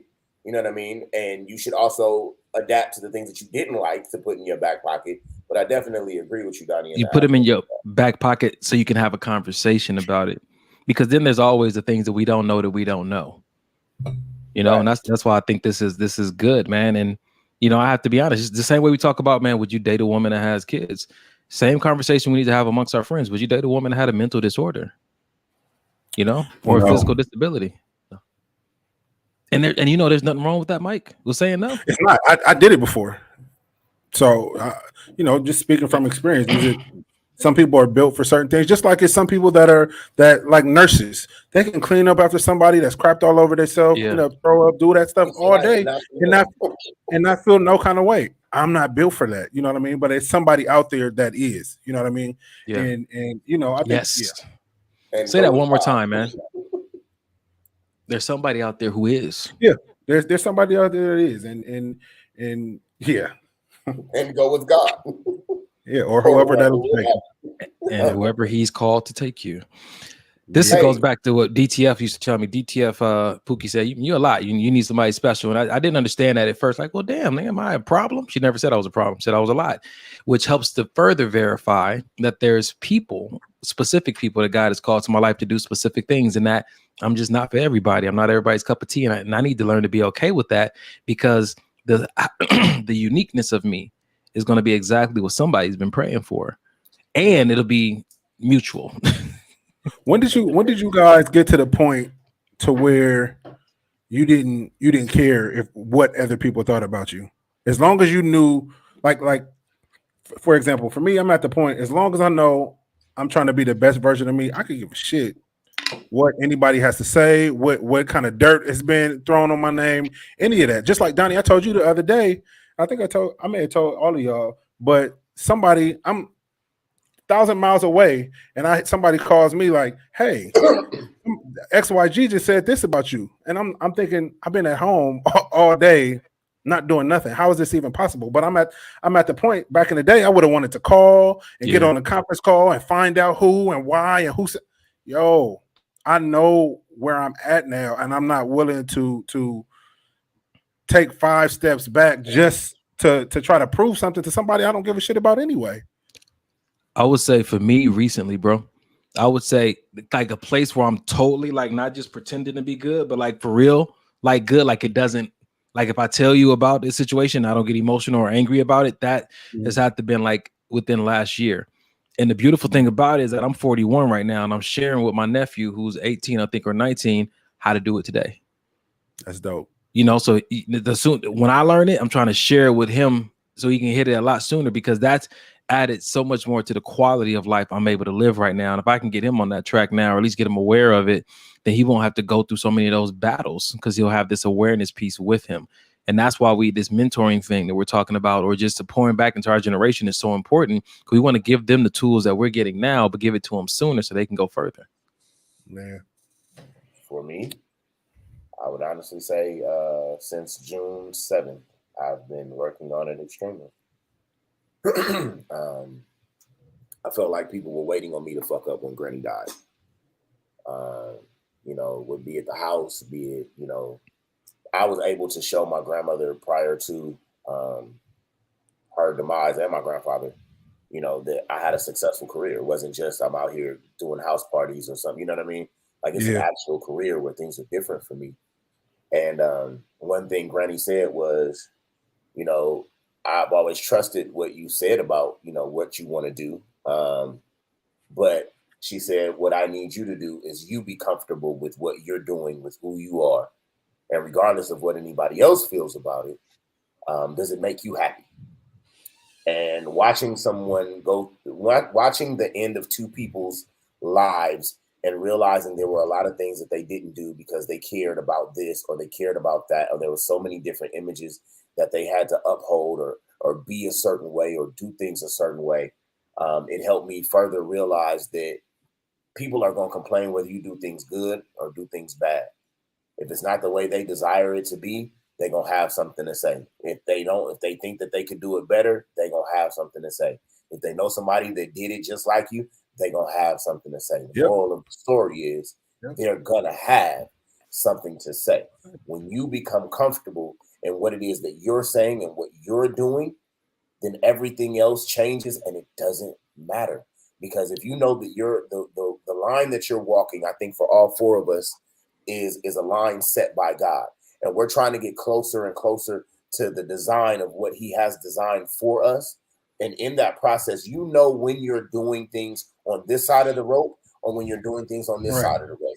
So it really doesn't matter what anybody says as long as you are trying to ride this line. So for me, it's just been recent. It's been refreshing. And just like Donnie said, him trying to show B is the same thing. B at 19 is the same thing I'm trying to show CJ at 10. You get what I'm saying? That's why when you see me with Denham, when I asked Denham yesterday about his grades and stuff, and he was like, well, why do you? Because I care. You know what I'm saying? Like you have to push these things out there to know what is a benefit for you in the care, if that makes sense. I mean, if we've been called to listen, we had this conversation a few episodes ago about how this generation is last generation's fault. Yes. Yeah. And so the next generation is going to be our fault. So what are we going to do to prepare them, you know, and find ourselves in competition against them like some of, you know, our parents have been. And what I wanted to say, man, I wish that I had this post that I had a while ago, but this pastor was being interviewed. Another pastor asked him like, yo, what do you do about all this criticism that comes at you for how you do what you do? And he said, oh, I didn't hear it. He's like, what do you mean you didn't hear it? It's been all over the news and stuff. He said, he pointed to the crowd and he said this. I think she said this 5'7" Australian woman. He said, that's who I listen to. Between her and my close friends, those are the only opinions I take into consideration. All the rest of it is noise. And this is why, like I told Mike earlier in a joking way, but no matter what she said, what did I say? What did I say? I'm your boy. I'm your guy. You chose me. I chose Carrie, Mike, Errol, Pookie, and a few other people. And I chose them because those are the people I want to give my ear to. If I didn't say it, if somebody in my circle didn't say it, it ain't true. I don't care what you say. Facts. That's a fact. Well, that's a fact. Before I get out of here, I just want to tell people. I think it was good, man. It was good while we had them. And that, you know, I was saying that I think nobody. Golly. No, man. I just wanted to tell people because I'm not really on the show like that towards the end to say thank you. I really just wanted to say thank you to everyone who supports us. Like, y'all don't even really know what this means. I showed Mike a video yesterday from someone. That wasn't the video. That wasn't the video. That wasn't the video. Okay. No. Come back, brother. Don't let this man. Wow. Left the whole studio. Left the whole. You're out of here. Mike, you ready to have fun? Always, brother. Always. At least you got to say thank you. Got to be quicker than that. Coming here once every 3 months. There you go. Here you. Did you accidentally leave the whole studio? He did not. No, he did not. On purpose. What were you saying, good brother? He felt the petty. I just wanted to say thank you to the people. That was it, because I was showing. No, but share a little bit about the video though, because I think that's good. Got a friend who lives in Baltimore, and we met this summer on one of the gigs that I did, and she hit me like a week and a half ago, and I was having a very horrible day, and she basically expressed to me how we have led her to be more open with her circle and build a relationship with her mother.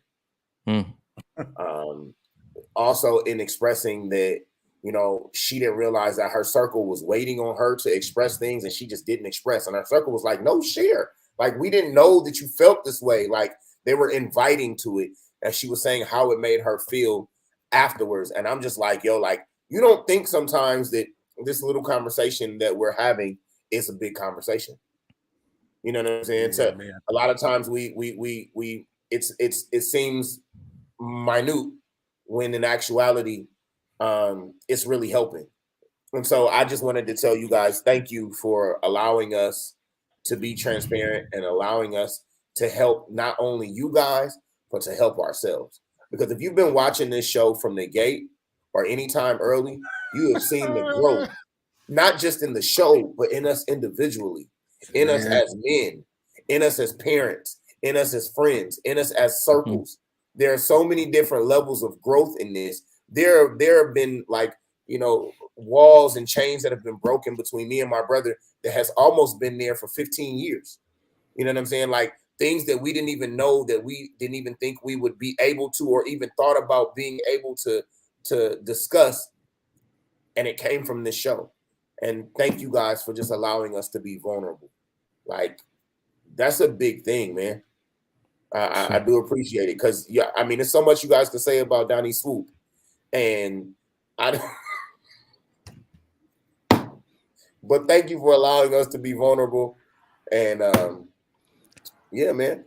I thought you had to go. I do. I'm leaving. Bye. Yeah, think just bye. I love you, bro. This thing, I knew he was gonna do a monologue. I gotta go. I gotta go at 9:30, but I'm gonna take these last 10 minutes. The church is over, man. Goodness gracious, Pastor. Y'all in the back, please be seated. The service has not ended yet. Do not leave while the pastor is talking. Right. I didn't walk out of plenty of churches when they tell me that. That's scary. I don't want to do it. Mike, pick a video, man. I think the people want more. I think they want 20 more minutes of this, man. Oh, you know. Okay. What happened? What'd I do? I'll pick one after you. Go ahead. I got an idea. All right. Well, yeah. I don't know who needs to hear this, but delete all that shit.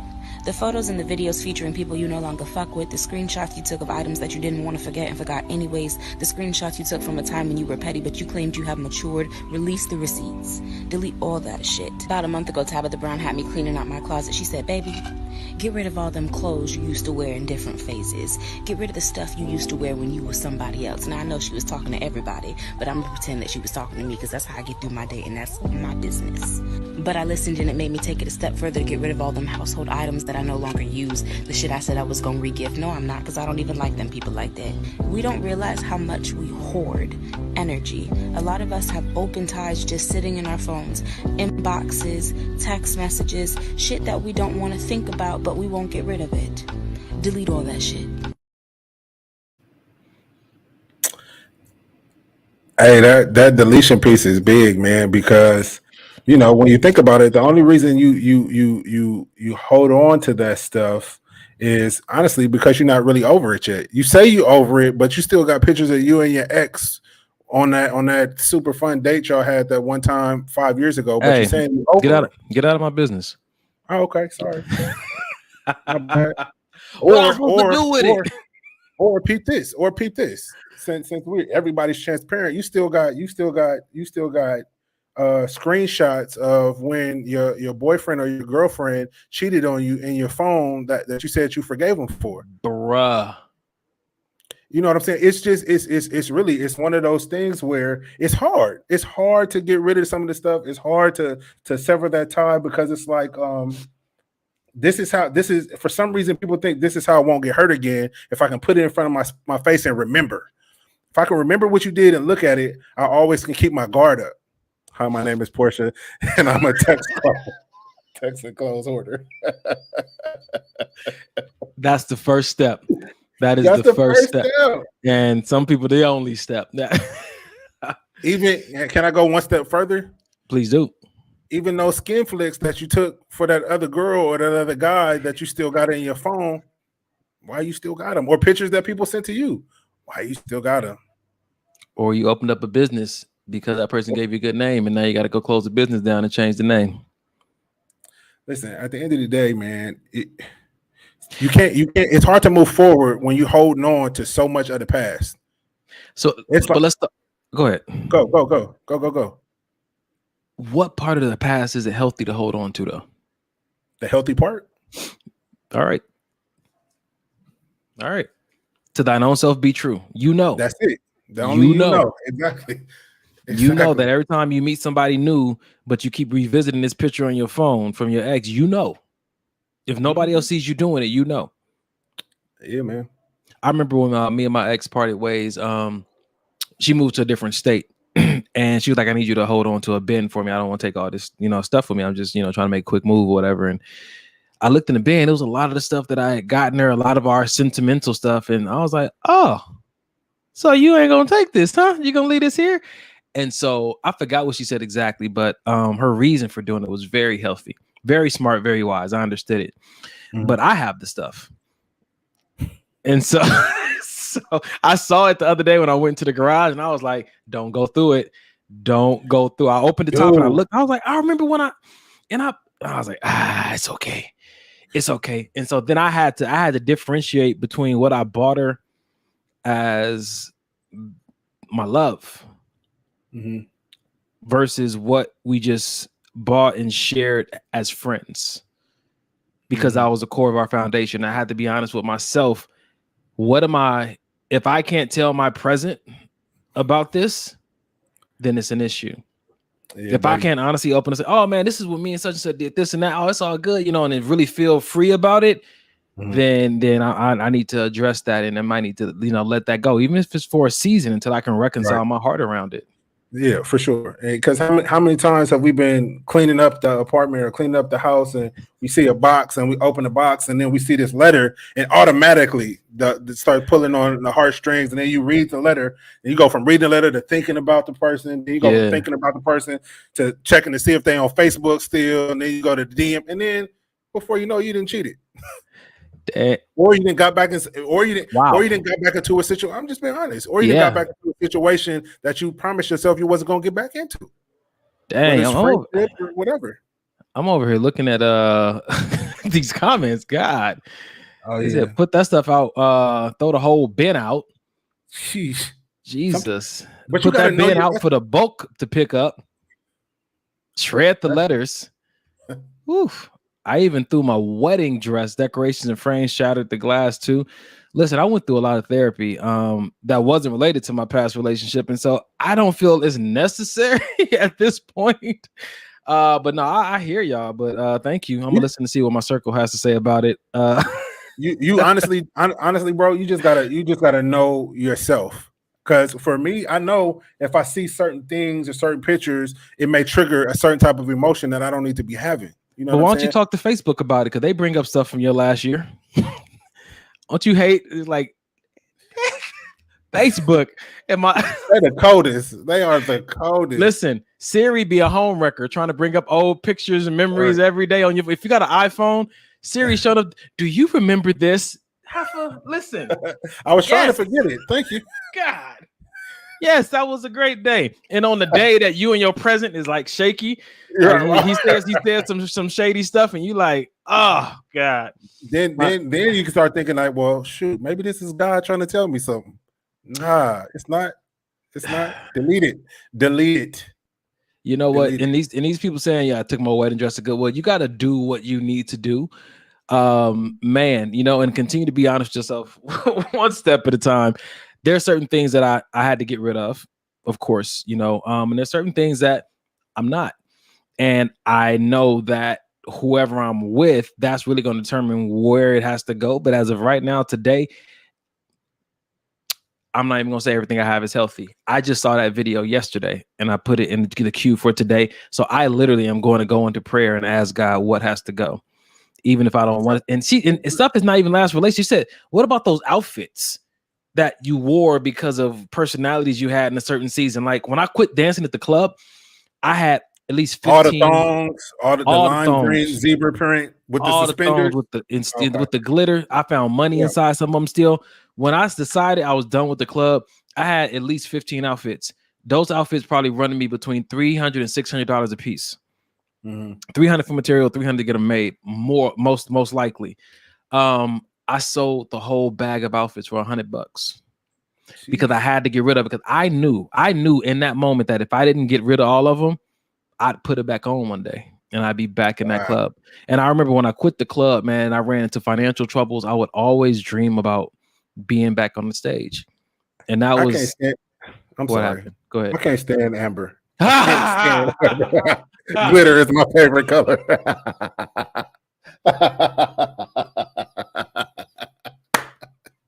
Amber for the win, bro. Tonight. Yeah, she comes through. Tonight. She comes through. Hold on, man. Amber, you already know I'm gonna inbox you about this. You already know. Glitter is my favorite. That's ridiculous. That's funny. But look, you said something I kind of wanted to address. You said that you were gonna get in prayer about certain things, and I'm 100% for that. But some stuff we don't need to pray about. We just don't. We know for a fact. We already know. Yeah, just throw it away. Shoes, purses, weaves. Wow. I'm gonna keep the weave though. Hey, man. Y'all are funny. People buy used fantasy salesman's gear. Yes, bro. You don't understand. Like, first, I used to like, I'm about to relive it. Yes, they buy used fantasy salesman's outfits. You sold it to a woman or to a dude? No, to a dude. Like, I used to design outfits for myself and the other dancers, and so my shit was legit. You know what I'm saying? It's like, but you wore it though. It's like you still being in the league, and Jordan said, I'm gonna let you wear my old jersey. Like, no, it's like Jordan saying, I'm gonna let you wear my drawers that I played in like 18 times. And some people might. Wow. He didn't buy the thongs. Listen, none of my business. I don't think he bought the thongs. Did you buy the thongs, bro? All right. It went a different direction than I was hoping the conversation would go. Yep. Back to deleting stuff. So what about, so there's been seasons where I would wear certain things to the gym when I was feeling more insecure. There's been things that I have in my closet that are specifically for the thirst trap that I used to try to set on people. Those things that I wore and did and associated with when I was, some people need to take their rims back and get them stock tires on their car because you bought those from an insecure place and it was part of your armor that you were putting on so people wouldn't see something. It's a lot of things. If we start to really go down this path that we see that we need to really let go that's of. A fact. Damn. Nicknames and all of it. So I should take the spinners back. Not the spinners. Listen. Y'all need to gotta get some tattoos removed and everything, bro. Oh yeah, Anyway, yep. This. It goes deep. Pause. I was going to play that video. I'm happy that you chose to play that video, man. Don't try to pig you. No, don't try. Delete the contacts. I never delete contacts. I think I may have once. Okay. I just keep moving. It's easy enough for me to ignore you as is. That's the one you should pray about. Yeah, well, nigga, I got a lot that I'm about to pray about. After watching that video, I'm not even sure if y'all gonna make the cut. Wow. You know what? Yeah. You know, we might miss some things. Jesus. You always know when it's past Amber's bedtime, man. Yeah, he gets reckless.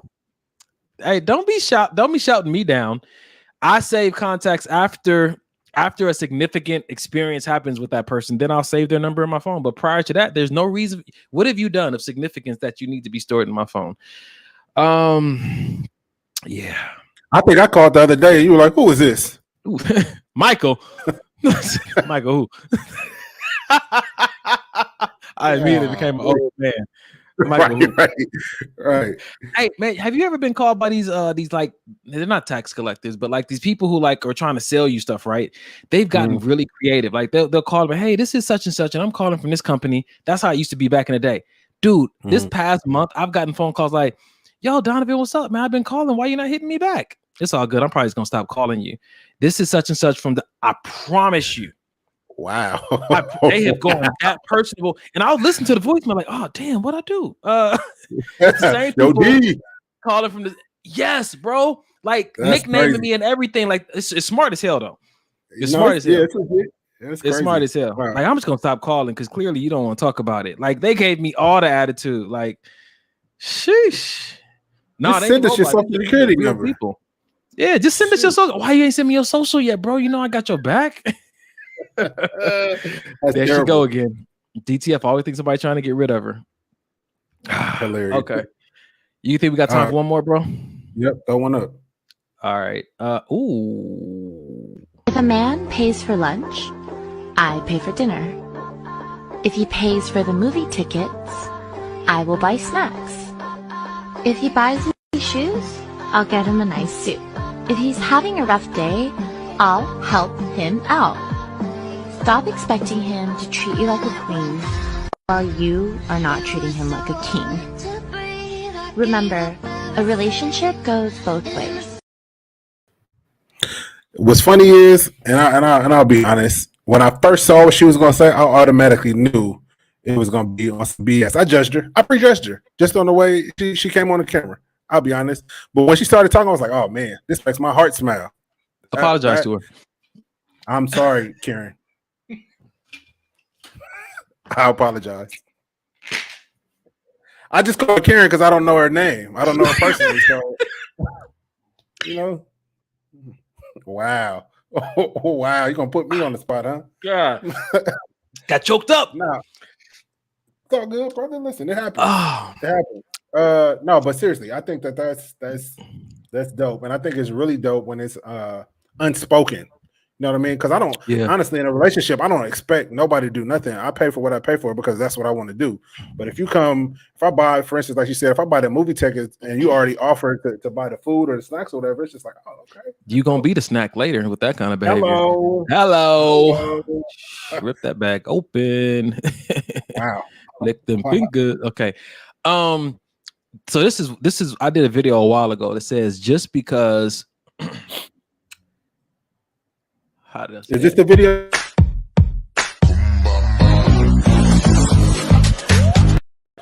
You was the dark skin. You was the dark skin one with the hairy stomach.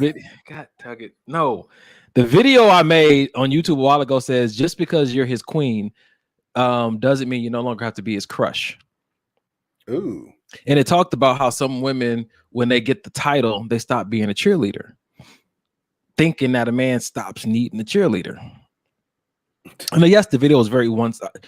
The video is very one-sided because we've talked about how lopsided it is in relationships. Sometimes they think it's all about happy wife, happy life, make sure she's good. But when you see a man who still has certain needs and they're going unnoticed or unaddressed, that's why I made the video, because sometimes people let the title go to their head and they stop. Kind of like we talked about last week when you talked about that you got the title of your job and you got lazy. Don't let the title make you lazy. Like if you want to be treated like a queen, treat him like a king. You could just have a royal relationship. But I think sometimes that's the threat to that. Everybody just gets into it. I want to be taken care of. But it feels just as good to take care of somebody else as it feels to be taken care of. Yeah, it does. And a lot of times, well, from what I see, I could be wrong. Men sometimes get the short end of the stick. You know what I mean? Like we talked about on Valentine's Day. Men really don't get Valentine's Day is not necessarily a holiday for men. You know what I mean? Even when it comes to Mother's Day and Father's Day, you know, the mothers get showered with gifts and they deserve every bit of it. And then dad gets socks or a t-shirt or an Amazon gift card. You know what I mean? Let me tell you like this. He gets what he allows people to give him. Unfortunately, we have to just make a bigger stand for what we want. I don't know. Only what we allow will continue. if we make it a point to address these things and say, look, don't do that this year. We just don't want to do that. See, I think that if we're saying that we give gifts based on how we feel about a person, if you love me socks much, cool. That's what you're telling me. But had that conversation ever happened? It's almost like having that conversation with the kids about Santa Claus. Listen, in this house, we don't do socks for Father's Day. Let that be an actual conversation, because if not, how you gonna be mad for somebody for an expectation you never expressed? Yeah, that's a fact. That's a fact. And sometimes people are like, oh, I don't need to say that. You know, people know better. We don't. People know what they've been exposed to. And if that's what mama did for her daddy, and that's what the girls did for the daddy, when she gets you as her daddy, she gonna do the same thing. Socks and power tools. I actually like power tools, but yeah. God. No, that's not the point. Sorry, I missed it.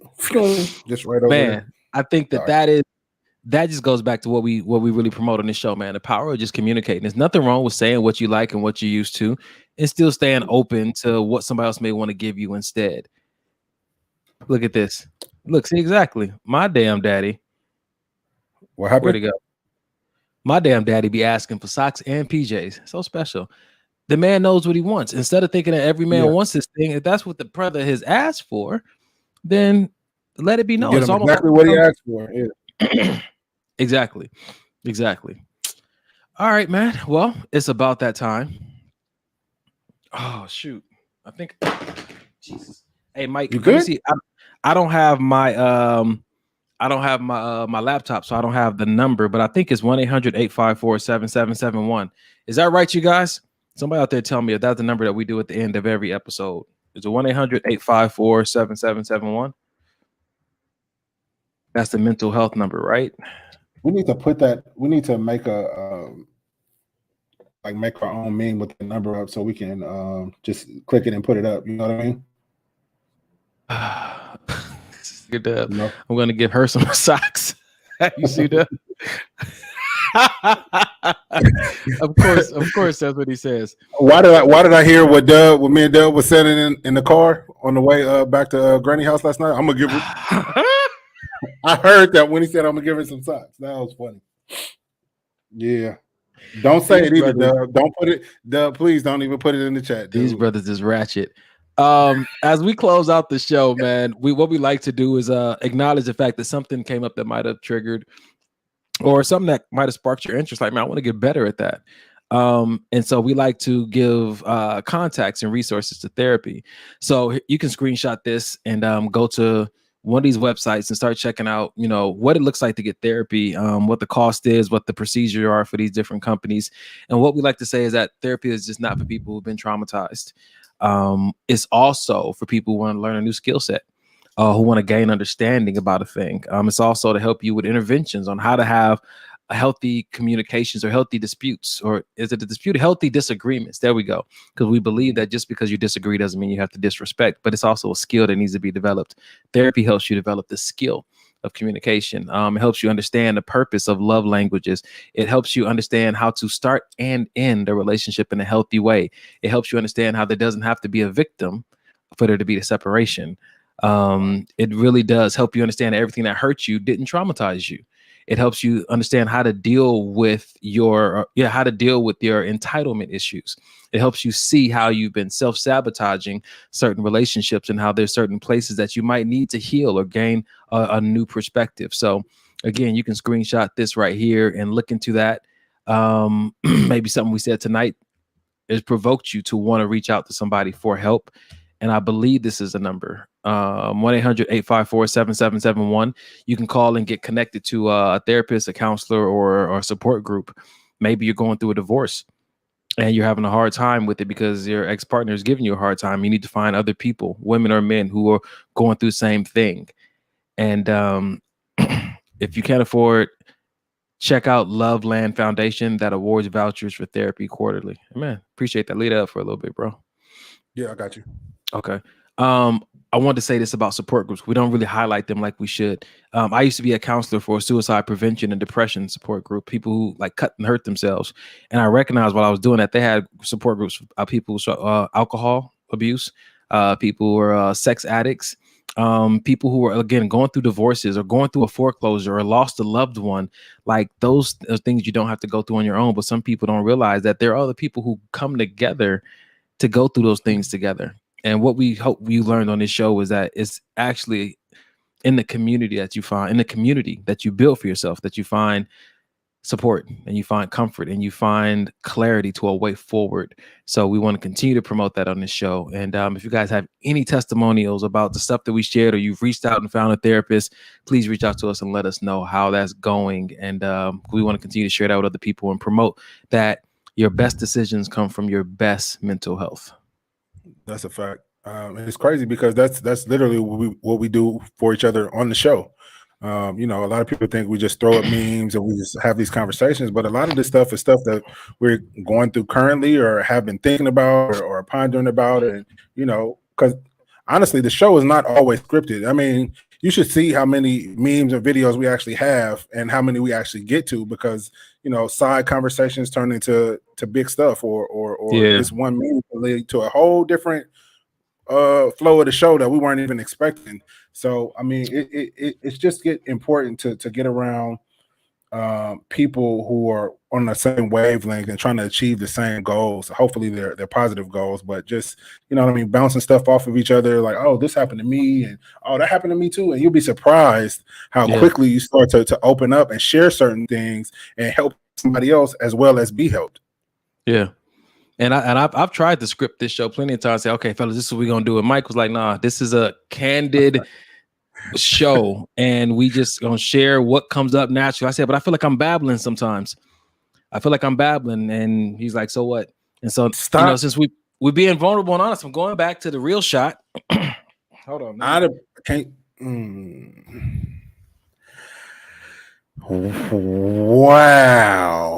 Wowee. Close out. Donovan, see, nope, we still ain't got you. You on mute. Nobody can hear you because you on mute. Thank God. Jesus, this brother, that's unfortunate. I don't know what's going on with your camera. I mean, with your mic. Nope. See, you didn't play it around so much, you didn't broke your mic. So, ladies and gentlemen, we appreciate you coming out tonight. Thank you for joining us for another episode of Maybe This Help the Podcast. We'll definitely be back here 8 p.m. PST next Sunday. If you guys have any memes, definitely DM to us. If you have any kind of testimonials, please, you guys DM those to us as well. I really don't know what is going on over there, but thank you, my man, my guy, and he's gonna stand up. So before this gets out of hand, we just want to thank you guys for tuning in. We love you guys. We appreciate you. Again, if you guys feel led, don't forget to hit up the Cash App. Donnie, you want to flash that one time? I know you. I got you. Flash it one more time. Wow, and there goes the mic. All right. I thought you said flash it one more time. Dancing is my therapy. No. Who else dances for therapy? Oh, the Cash App, brother. Cash App. Hold on. I got you. 1 second. There it is. So I'll be getting to the money. Everybody mad. Hey, let's say I'm getting too much money. It's past my bedtime. Go ahead, Mike. This is literally what it's like to endure this type of circle. And it's not just Donnie. It's Dub, it's Carrie, it's Pookie, it's and Jay. It's the man in the mirror. All right, y'all. We appreciate you. We'll see y'all next time. We gotta pray out, brother. Get back. God, why do I keep listen? Go ahead. Because you don't know Jesus. Thank you, Father God.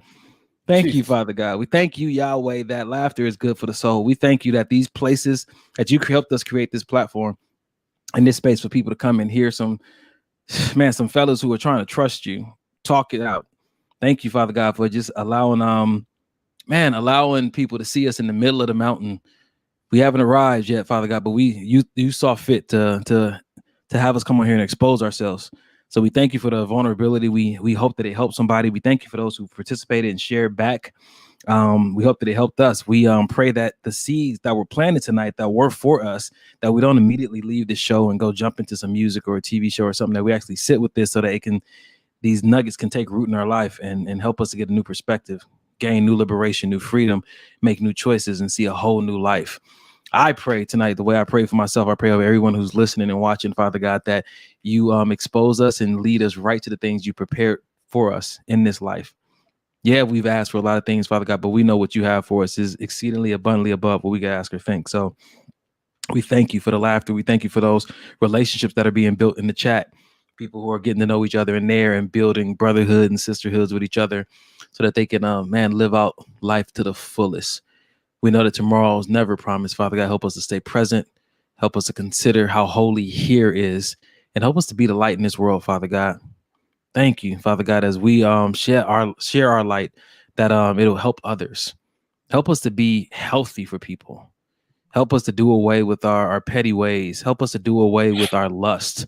Help us to expose and Father God, help us to expose and share and confess our sins to you so that we may be, made new. We don't want to sabotage our own happiness anymore. We don't want to sabotage the promises you made for us, Father God. So we thank you for all these things, that we can come to you and be transparent, and be honest, and see our lives and ourselves transformed into something beautiful. Thank you that you're healing people even in these conversations.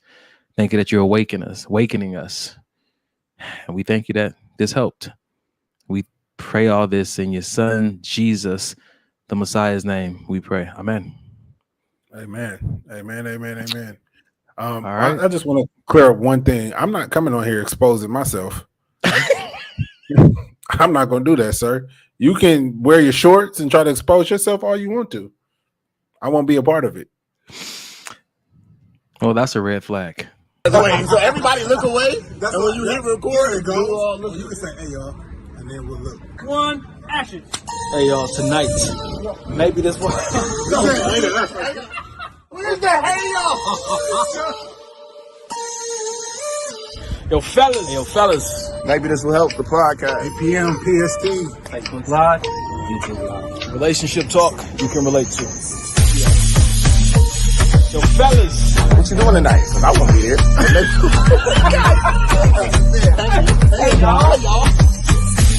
Don't forget the maybe, baby. Don't forget the maybe, baby. Don't forget the maybe, baby. Maybe this will help. We don't know. Duh. Where's the hey y'all?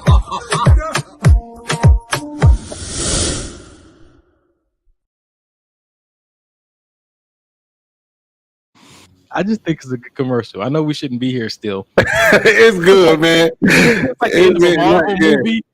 We should do that now. Like the Marvel movies, when you watch the credits long enough and then there's still something extra. We're still here, ladies and gentlemen. How are you? So usually this is what we do anyway. So I say we just stay on until everybody just falls off. How'd you feel about the show, bro? No, it was good, man. I enjoyed it. I was a little late, but it was good. But it's like we said, though, the fact that we didn't get anxious about it and worried, like, oh man, I just gotta. I'm not gonna lie, I kind of did. I kind of did because I like to be on the show on time and start on time like you do. But everything happens for a reason, all in God's timing. And that's the part that we were praying about even before the show. Just like, dude, look, this is not coincidence. If God allowed this to happen, let's just breathe and be present to it instead of trying to just force and move past it. And I know that's challenging sometimes. And like you said, like you were in that state. And so because we weren't in that state, trying to pull you out, because there's been moments when I've been anxious and you're like, look, just breathe, man, and don't be stupid. Yeah. So yeah. I appreciate that kind of that accountability. But yeah, man, tonight was good, man. I'm happy that Dub got what he needed. I'm happy that Carrie was able to get on for a little bit. I'm definitely gonna do some looking into that video about deleting, like in all honesty. Yeah, it's important, man. I mean, I guess it's all about where you are too, because maybe at this point in your life you don't need to delete nothing. But I'm gonna take a look. Yeah, but at the same time, you should definitely take a look, man. And what do you think about us? Even you always know I'll be sitting on text messages to the group, like trying to get to know y'all, ask different questions. What do you think about us asking, like in the group text, like, do y'all think it's anything that I might need to delete? Sometimes like just having an outside pair of eyes that you trust Well, you know, when that whole thing went down with me and Janae, you immediately became my accountability partner, and I still bounce stuff off of you to this day, just because sometimes, you know, in your own mind, you think that okay, it's innocent. It can't hurt nobody. Do I gotta tell her everything? Should I run this by her? Is it that important? And you know, sometimes, you know, when you leave stuff up to your own devices, you could come up wrong. So having it's not just having an accountability partner, but having somebody that you know has a good head on their shoulders and it's not going to steer you to do some old ratchet stuff. You know what I mean? Not saying that Errol or Pookie or no, Carrie just stop there. Errol and Carrie, Errol and Pookie. That's it. Just leave Carrie out of this. You already know. But no, I'm just saying it's we have our circle, but we also have the people in the circle that we know are good for certain things. We all play a role. It's like what Carrie said. We're learning each other to the degree that we know who to go to for what. Right. That's a fact. That's a fact. But it's important though. What you got going? About to go eat as per usual? Yeah, just make sure my meals are prepped for this week for work. You know, man, it's crazy how much money I've saved just taking my lunch to work. That's the opposite of me. Because I maybe you can help me meal prep. Maybe or you can just cook the meals, right? And I could come over after the show on Sundays, pick them up, and then I'm good to go for the week. Pick them up with the invoice. They said cook hers too. Wow. Cook hers too. Yeah, wow. I mean, the only person in that household getting something out of me is Denim. I cook him. No, he won't.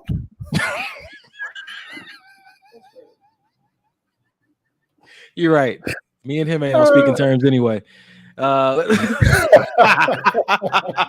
is it with y'all? Why y'all always want to fight each other? What's going on? They don't be trying to test me. We almost the same height. That's why he keeps trying to test me. Asked you yesterday, are you stronger than my dad? It's like, dude, what's wrong, son? He coming for the top. He's still mad about what when I scared him at Errol's karate class. He's still mad about that. Let me ask you this real quick. How did you feel when you went home after the move? How did my body feel or my heart feel? I'll go with heart because I know how my body felt. So. My toes were cramped, man. My feet. I sat on the couch. I was like, "Golly!" Did I not drink enough water? Something, man. Nah, but when I came home, what I realized, I sat on the couch and I had something on TV, but I wasn't there. I was reflecting on just like the conversation we had. Like, man, I'm grateful for this brotherhood. I prayed for this, man. I prayed. It's like I've never had that much fun moving, but it's like the amount of time we've been spending with each other lately. I always saw these kind of brotherhoods on TVs and movies. And even though, you know, I had moved, you know, me and Carrie doing stuff and Errol and stuff, it didn't really come together the way it is now. And I'm like, damn, I'm living out like this is a movie. This is kind of what I would look at movies and be like, damn, man, I want some of that. Like, I want that. Like, you know, what movie was that when it was all at the basketball court shooting around? You said the picture reminds you of The Wood. Yeah, man. It's just, it's something that about classic brotherhood. That classic living in it, man. That's what I felt. What'd you see, man, or how'd you feel about it? Man, I was on cloud nine, man. You know, anytime we all get together, whether it's the cast or whether it's the actual circle, including Pookie and Jay and things like that, it's always, man. I always say it's a reset. It's you know, your time to where you can let your hair down and just exhale and act goofy, and then serious moments, and then, you know what I mean, get some wisdom, throw some gems out, you know what I mean, and, you know, talk business, and, you know, it's just it's good, man. It's necessary, even, you know what I mean, at least for me.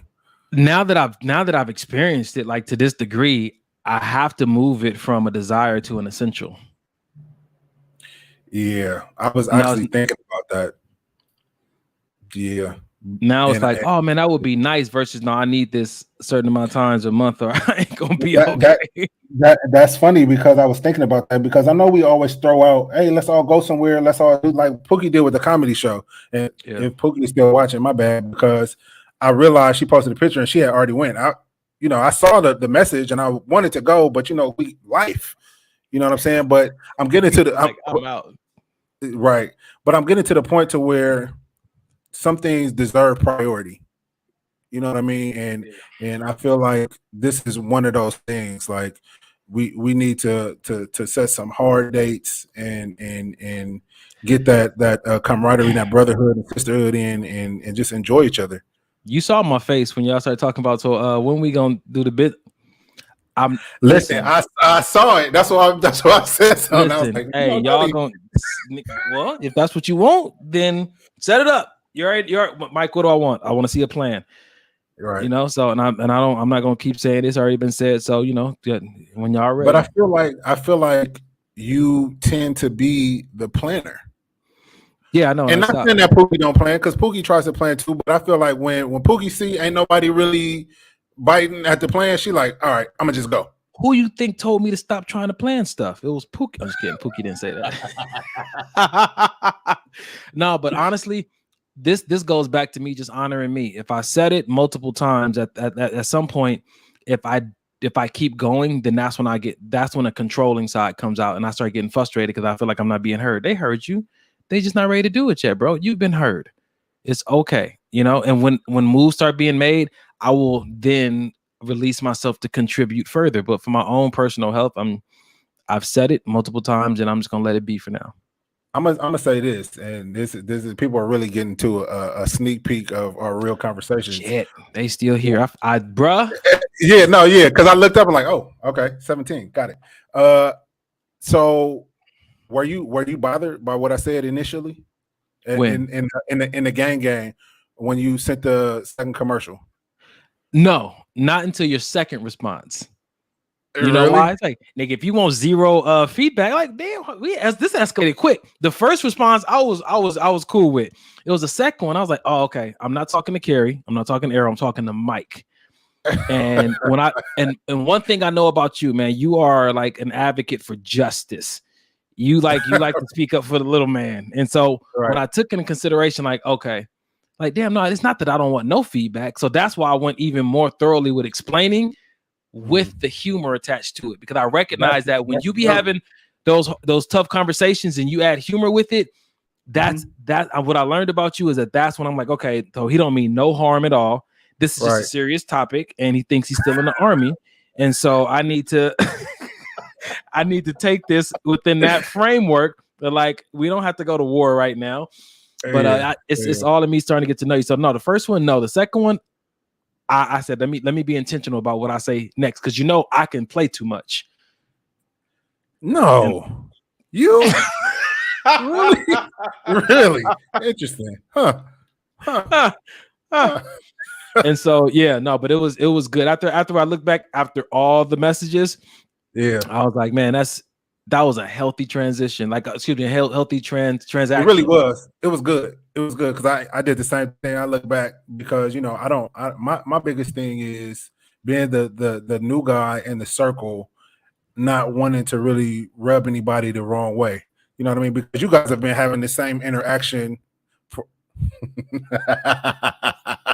Okay, I won't be rubbing anybody at all. Let's clear that up. All right, cool. Go ahead. Cool. So I just like to, you know, I'm since I've been in the circle, I like everybody to be a part. Just like for instance, Dub is not here right now, but for instance, when we went to, what was the place in Santa Monica? He ended up coming, but I was like, has anybody heard from Dub? Has anybody heard? And I was like almost panicking, and you guys were cool. You were like, what I tell you? You either be here or you won't. I said, and whatever like, will be, will be. Yeah, exactly. And me being a new guy, I'm like, no, should we call him again? Should we text him? And then he showed up. So from that point on, I took the stance of, okay, Dub is going to show up or he's not. And it's okay. And you will never know until you know. Until you know. But Carrie does that too. We talked about that. Like, you know, and what I recognize that just because somebody doesn't want to do it the way that I do it doesn't mean they're doing it wrong. That's pretty good. And I may be able to learn something from people doing it differently than I do it. That's pretty good because, and I'm sure he wouldn't mind me talking about this, but me and Carrie were talking about that that situation, well, what he's going through, and realizing me and your relationship now, it almost rubbed him the wrong way, because he was like, wait, no, that's my brother, meaning you. And then on the flip side, he's like, oh, well, this is my best friend. So he's like, well, almost feeling left out. But he had to realize the roles that you and I play in each other's lives. It's not anything that to make him feel any less than or anything like that. It's just, you know what I mean? The way you handle things with me may be different the way he handles things with me, you know what I mean? And vice versa. Yeah. So I think we're all really, I think this is why things are growing so much tighter for all of us, is because we're all coming into realization of the roles and the parts we play within this circle. You know what I mean? Because within the circle, it's a whole bunch of moving parts in this one closed circle. So now we're all starting to move together and turn that machine the way it's supposed to be turned. And it's great. What? Yep. All right, ladies and gentlemen. The hand gestures and everything. I know this is supposed to wrap up, but my guy. Jeez. I'll say it like this, man. I think that when I think about our brotherhood and just kind of where it's going and what's happening, you definitely bring, where I ask God to help me to remain kind. You bring that in because you can see the nonchalantness I have concerning a lot of things, because it's just the way things have been. But one thing I learned at a workshop I went through, they said, continue to hold space for people to surprise you. Yes, that's the way it's been for so long, but hold space for people to surprise you, because people do change. And the worst thing that can happen is that somebody changes the way you wanted them to change, and you're not present to really appreciate that change you've been asking for. And so I appreciate you coming in with your heart and this deep concern, because I just be like, you're helping me to invigorate my my concern, and like, okay. Nah, so I was getting on your nerves that one day though, when I asked you if you was all right. Did this brother want me to not be okay? I asked that nigga 3 times, you good? And he was like, yeah, I'm good. And I was like, no. Are you good? Yeah, I'm good. You sure? Not anymore. He was upset. Not at this point. Nah, it's okay though. Keep doing you, bro. Always. That's not all I know how to do. Shit. All right, man. Some of us have jobs. I have to get to work in the morning. And we still got to go out and celebrate all these new jobs. Not me. I'm not talking about me. Yeah, I was just saying some of us have them. Me and Pookie, not you. Me, Pookie, and Errol, not you and Carrie. We do have. We didn't. Yeah, I was about to say. Well, you supposed to be taking the next place, fool. Okay, I've been. So I told. What was not Stevie B's? What was the name of the place? Johnny G's. Barton. Making up. This nigga making up shit. I want to go have steak. The new Bobby Brown. No, I've been telling people about Barton G's because I know we haven't celebrated your new job, my new job, Pookie's new job. We Errol's promotion, but we still didn't do we still want to do more for his birthday. So I'll pick a spot, man. I'll put in the chat this week. Listen, I don't want to see it if you don't got a plan. 100%. You will know the space, the time, how much we can expect to spend, valet or the paid parking, all of it. What the weather gonna be that day, what you should wear, what you shouldn't wear, what you should smell like, who to not bring with you. I got you. I'll do the whole thing. Are we still doing the calendar? No, we're not gonna talk about that right now. It's too much. Okay. Bye, listen, because these last few people on here, these are the faithful few. We should give them a preview. Okay, talk about it then. Go ahead, talk about it then. No, I'm just saying we I'm wearing this in the calendar. I'm gonna put this same outfit back on. So look, we had initially last year set up to do a full calendar, different pictures, group shots, individual shots, with the favorite quotes from the show. Well, yeah, with some favorite quotes from the show. Oh, wait. He said Shut it down. Right.